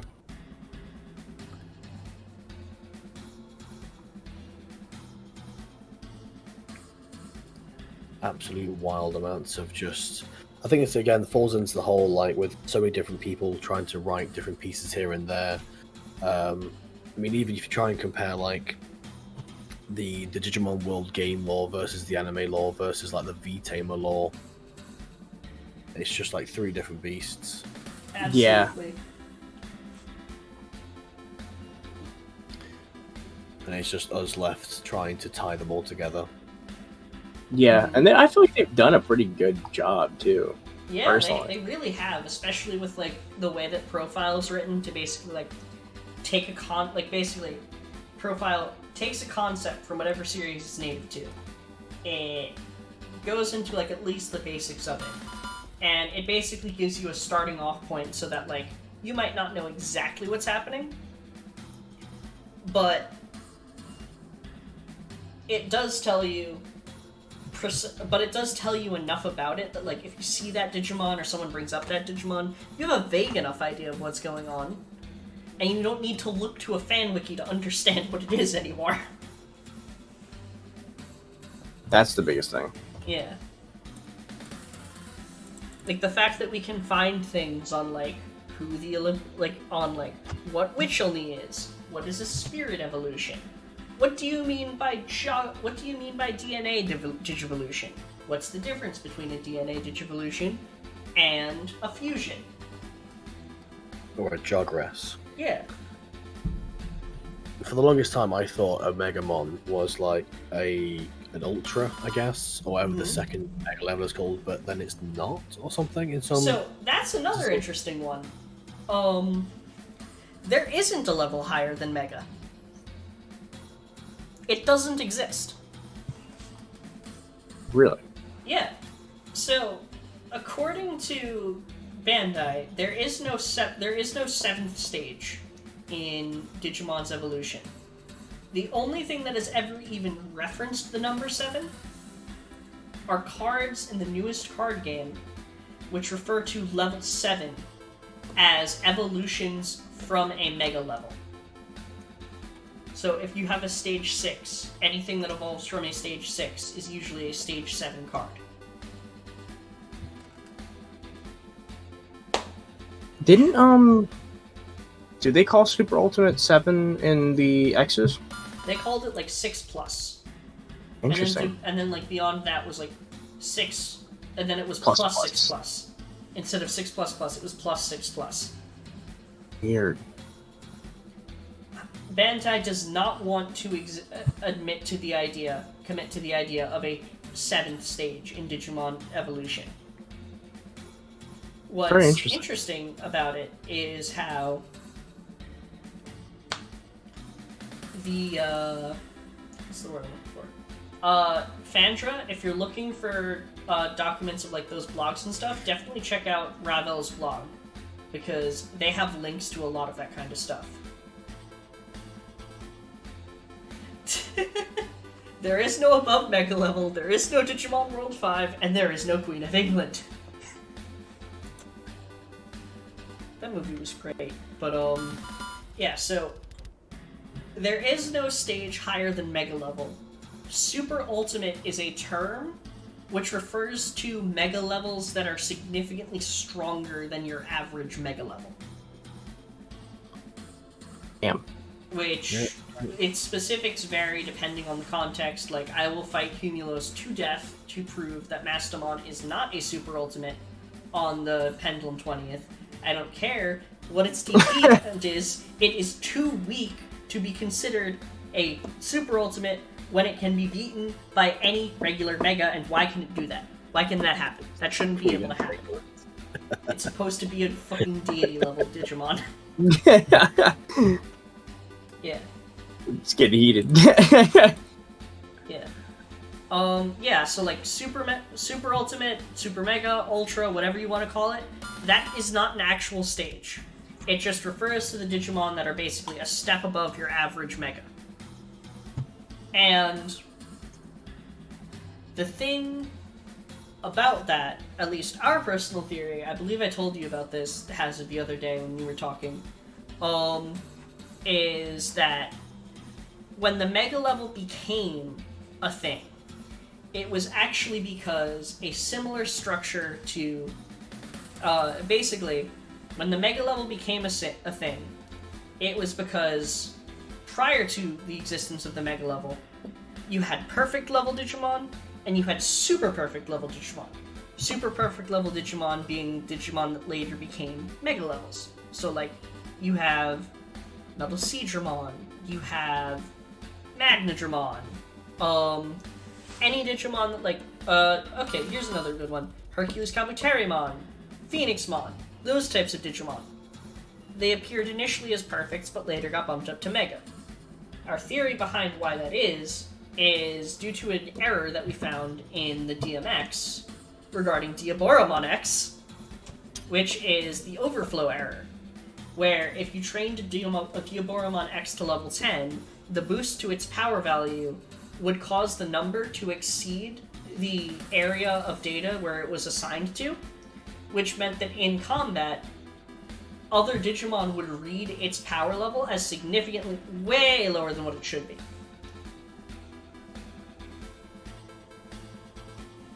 An Armadillomon on Pen Z beat up to stage 35 without evolving. That is terrifying. What? But, yeah.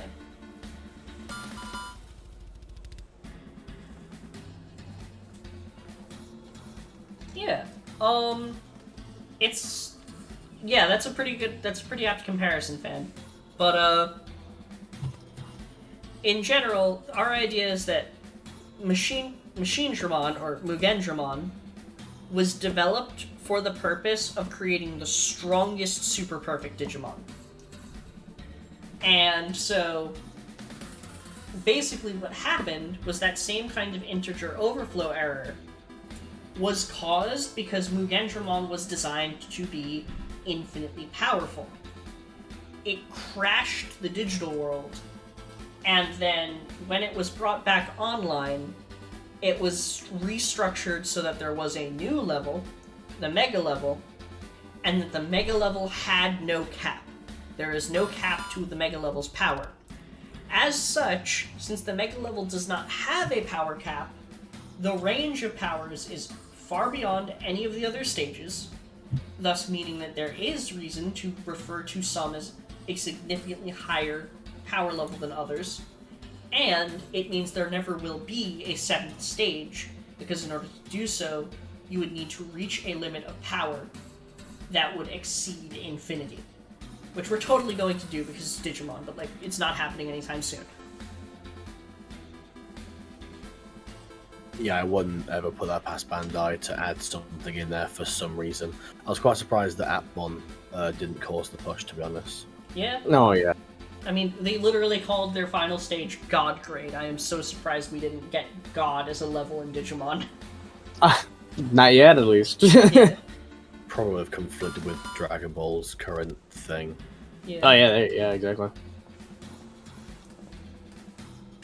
No, Half Draggy. Grace Novamon already exists. Grace Nova's just like a galaxy dude, man. He don't need no level. Well, no, like, Half Draggy was acting like, what if we drop the final form of Tengen Toppa Gurren Lagann? And I was just like, we already have Grace Novamon. But that does remind me of an old joke that I used to make, so I'm going to actually check that. Give me a minute. I need to go into the pinned messages of the online server to find a stupid joke I made. Something that happened earlier in Ghost Game, which I don't think we've ever seen before in any Digimon media or anything of that sort. There was a scene where quite casually someone emailed or texted Tapirmon from one location to the other. And I was thinking, like, would a larger or stronger Digimon like take longer to be transferred? And as it was Tapirmon, was it quite quick? Because obviously he's a rookie level. Probably. It is interesting to actually see things like how like Tapirmon and the Weedmons were able to like be transferred through things like email and whatnot. I completely forgot about that, if I'm being honest. And then the whole section with Agitarimon just ruined my entire concept of what a Digimon was physically supposed to be. When he started, like, obviously spoilers for people who haven't seen, like, what, episode 15, I think it was? Yeah. Where Agitarimon starts pulling off his armor, clothing, and, like, parts of his, essentially, his character model. Yeah. And I'd always previously sort of conceived Digimon as being like a wire structure, a wire mesh frame with just a polygonal skin over them. Yeah. So they didn't have anything beyond that. Obviously, Agitarimon starts tearing off his bits and pieces, and it's just like, oh, okay, maybe that's a new thing. Yeah. But again, I don't know if so, the anime is writing something. So canonically, there is kind of a precedence for this, which is that Digimon will adapt their output to the capacity of the system they're on. So what that means is that if you're putting them in a keychain, they're going to be a 16 by 16 colorless sprite. But when you load them in a video game, they're going to be a texture with a wireframe. In the modern day, we have things like 3D and live 2D Vtuber avatars, which are fully rendered bodies, and then we render equipment for those bodies to wear. So it makes sense for us to have situations such as, like, for example, we've seen pictures of what Ophanimon looks like without her helmet on. We've seen things where, like, Omegamon has, like, a new missile pod on its Garurumon arm. As our technology advances and our rendering capabilities become stronger, we're going to get more and more detailed in terms of the actual designs of the Digimon, even including things that we don't normally see about them. I forgot about that. Yeah, they did say that. Yeah. Also, that's... on the subject of Gurren Lagann, between dub and sub.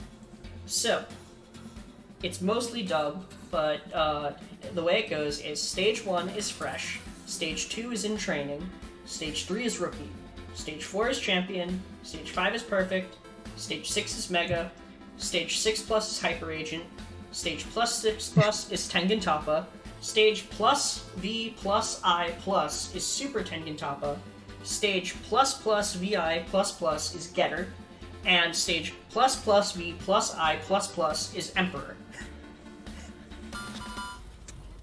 And above that is might as well be God. Nah, you can't go higher than the Getter Emperor. It's Getter. It's the will of Getter. You cannot surpass it. It is the embodiment of evolution itself. If a Digimon reaches the Emperor stage, quite literally, becomes the entire internet, basically.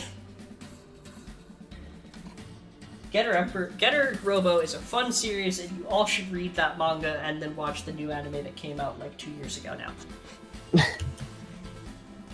To go back to that Ajitarimon episode, though, that episode was like super weird because like that was, I think, the first like bummer ending we got in the entire series. Where like Ajitarimon's in love with this dude, kills themselves, and then that's like it.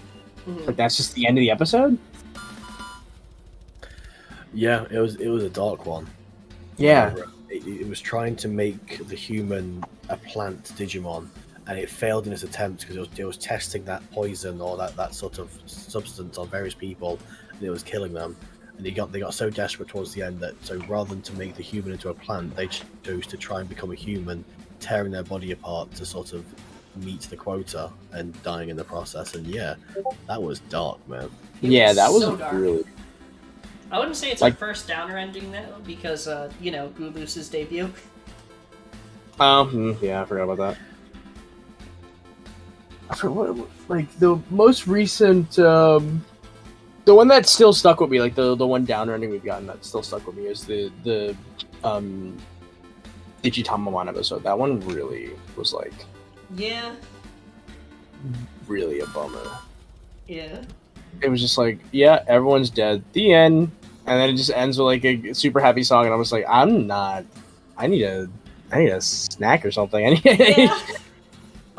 Cypher.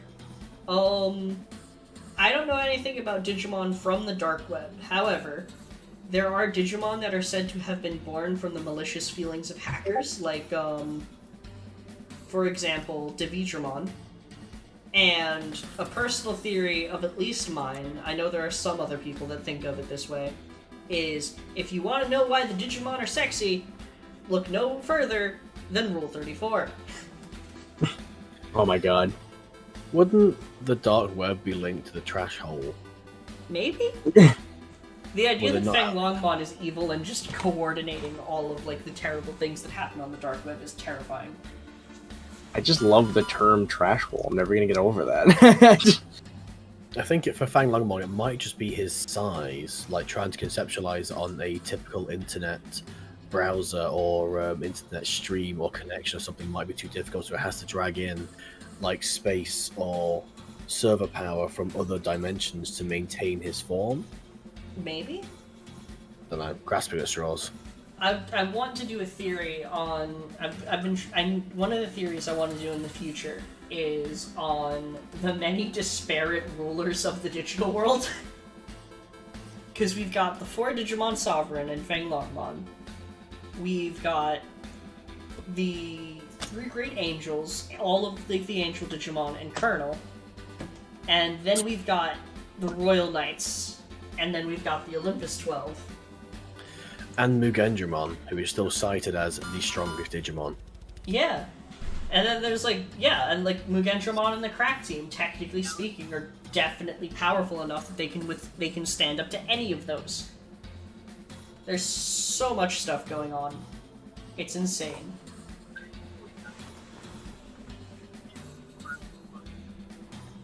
Yeah, pretty much. And then I actually have something that might be able to top that, all that kind of stuff off, but we won't be talking about that today. That will be in our next episode, which is a special episode coming this Friday, same time as the usual streams, but on a Friday this time. And yeah, Cypher's right. Xana Lilith probably is one of the strongest Digimon ever because she's Rule 34 embodied.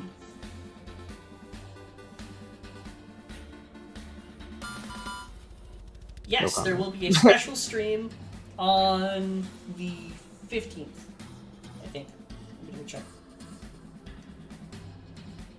Yes, the 15th. There will be a special stream on the 15th. Oh yeah. Ah, yes. I believe everyone's trying to do something special on that day. There are a number of people trying to do special things on that day, so keep an eye out, not only on this channel, but in general, Digimon content creators. There is something planned. Not everyone was able to do it, because, like, a lot of people are, like, they plan things out, like, months in advance. But a number of us are going to try. And I'm very much looking forward to it, because it was very fun, what I was working on.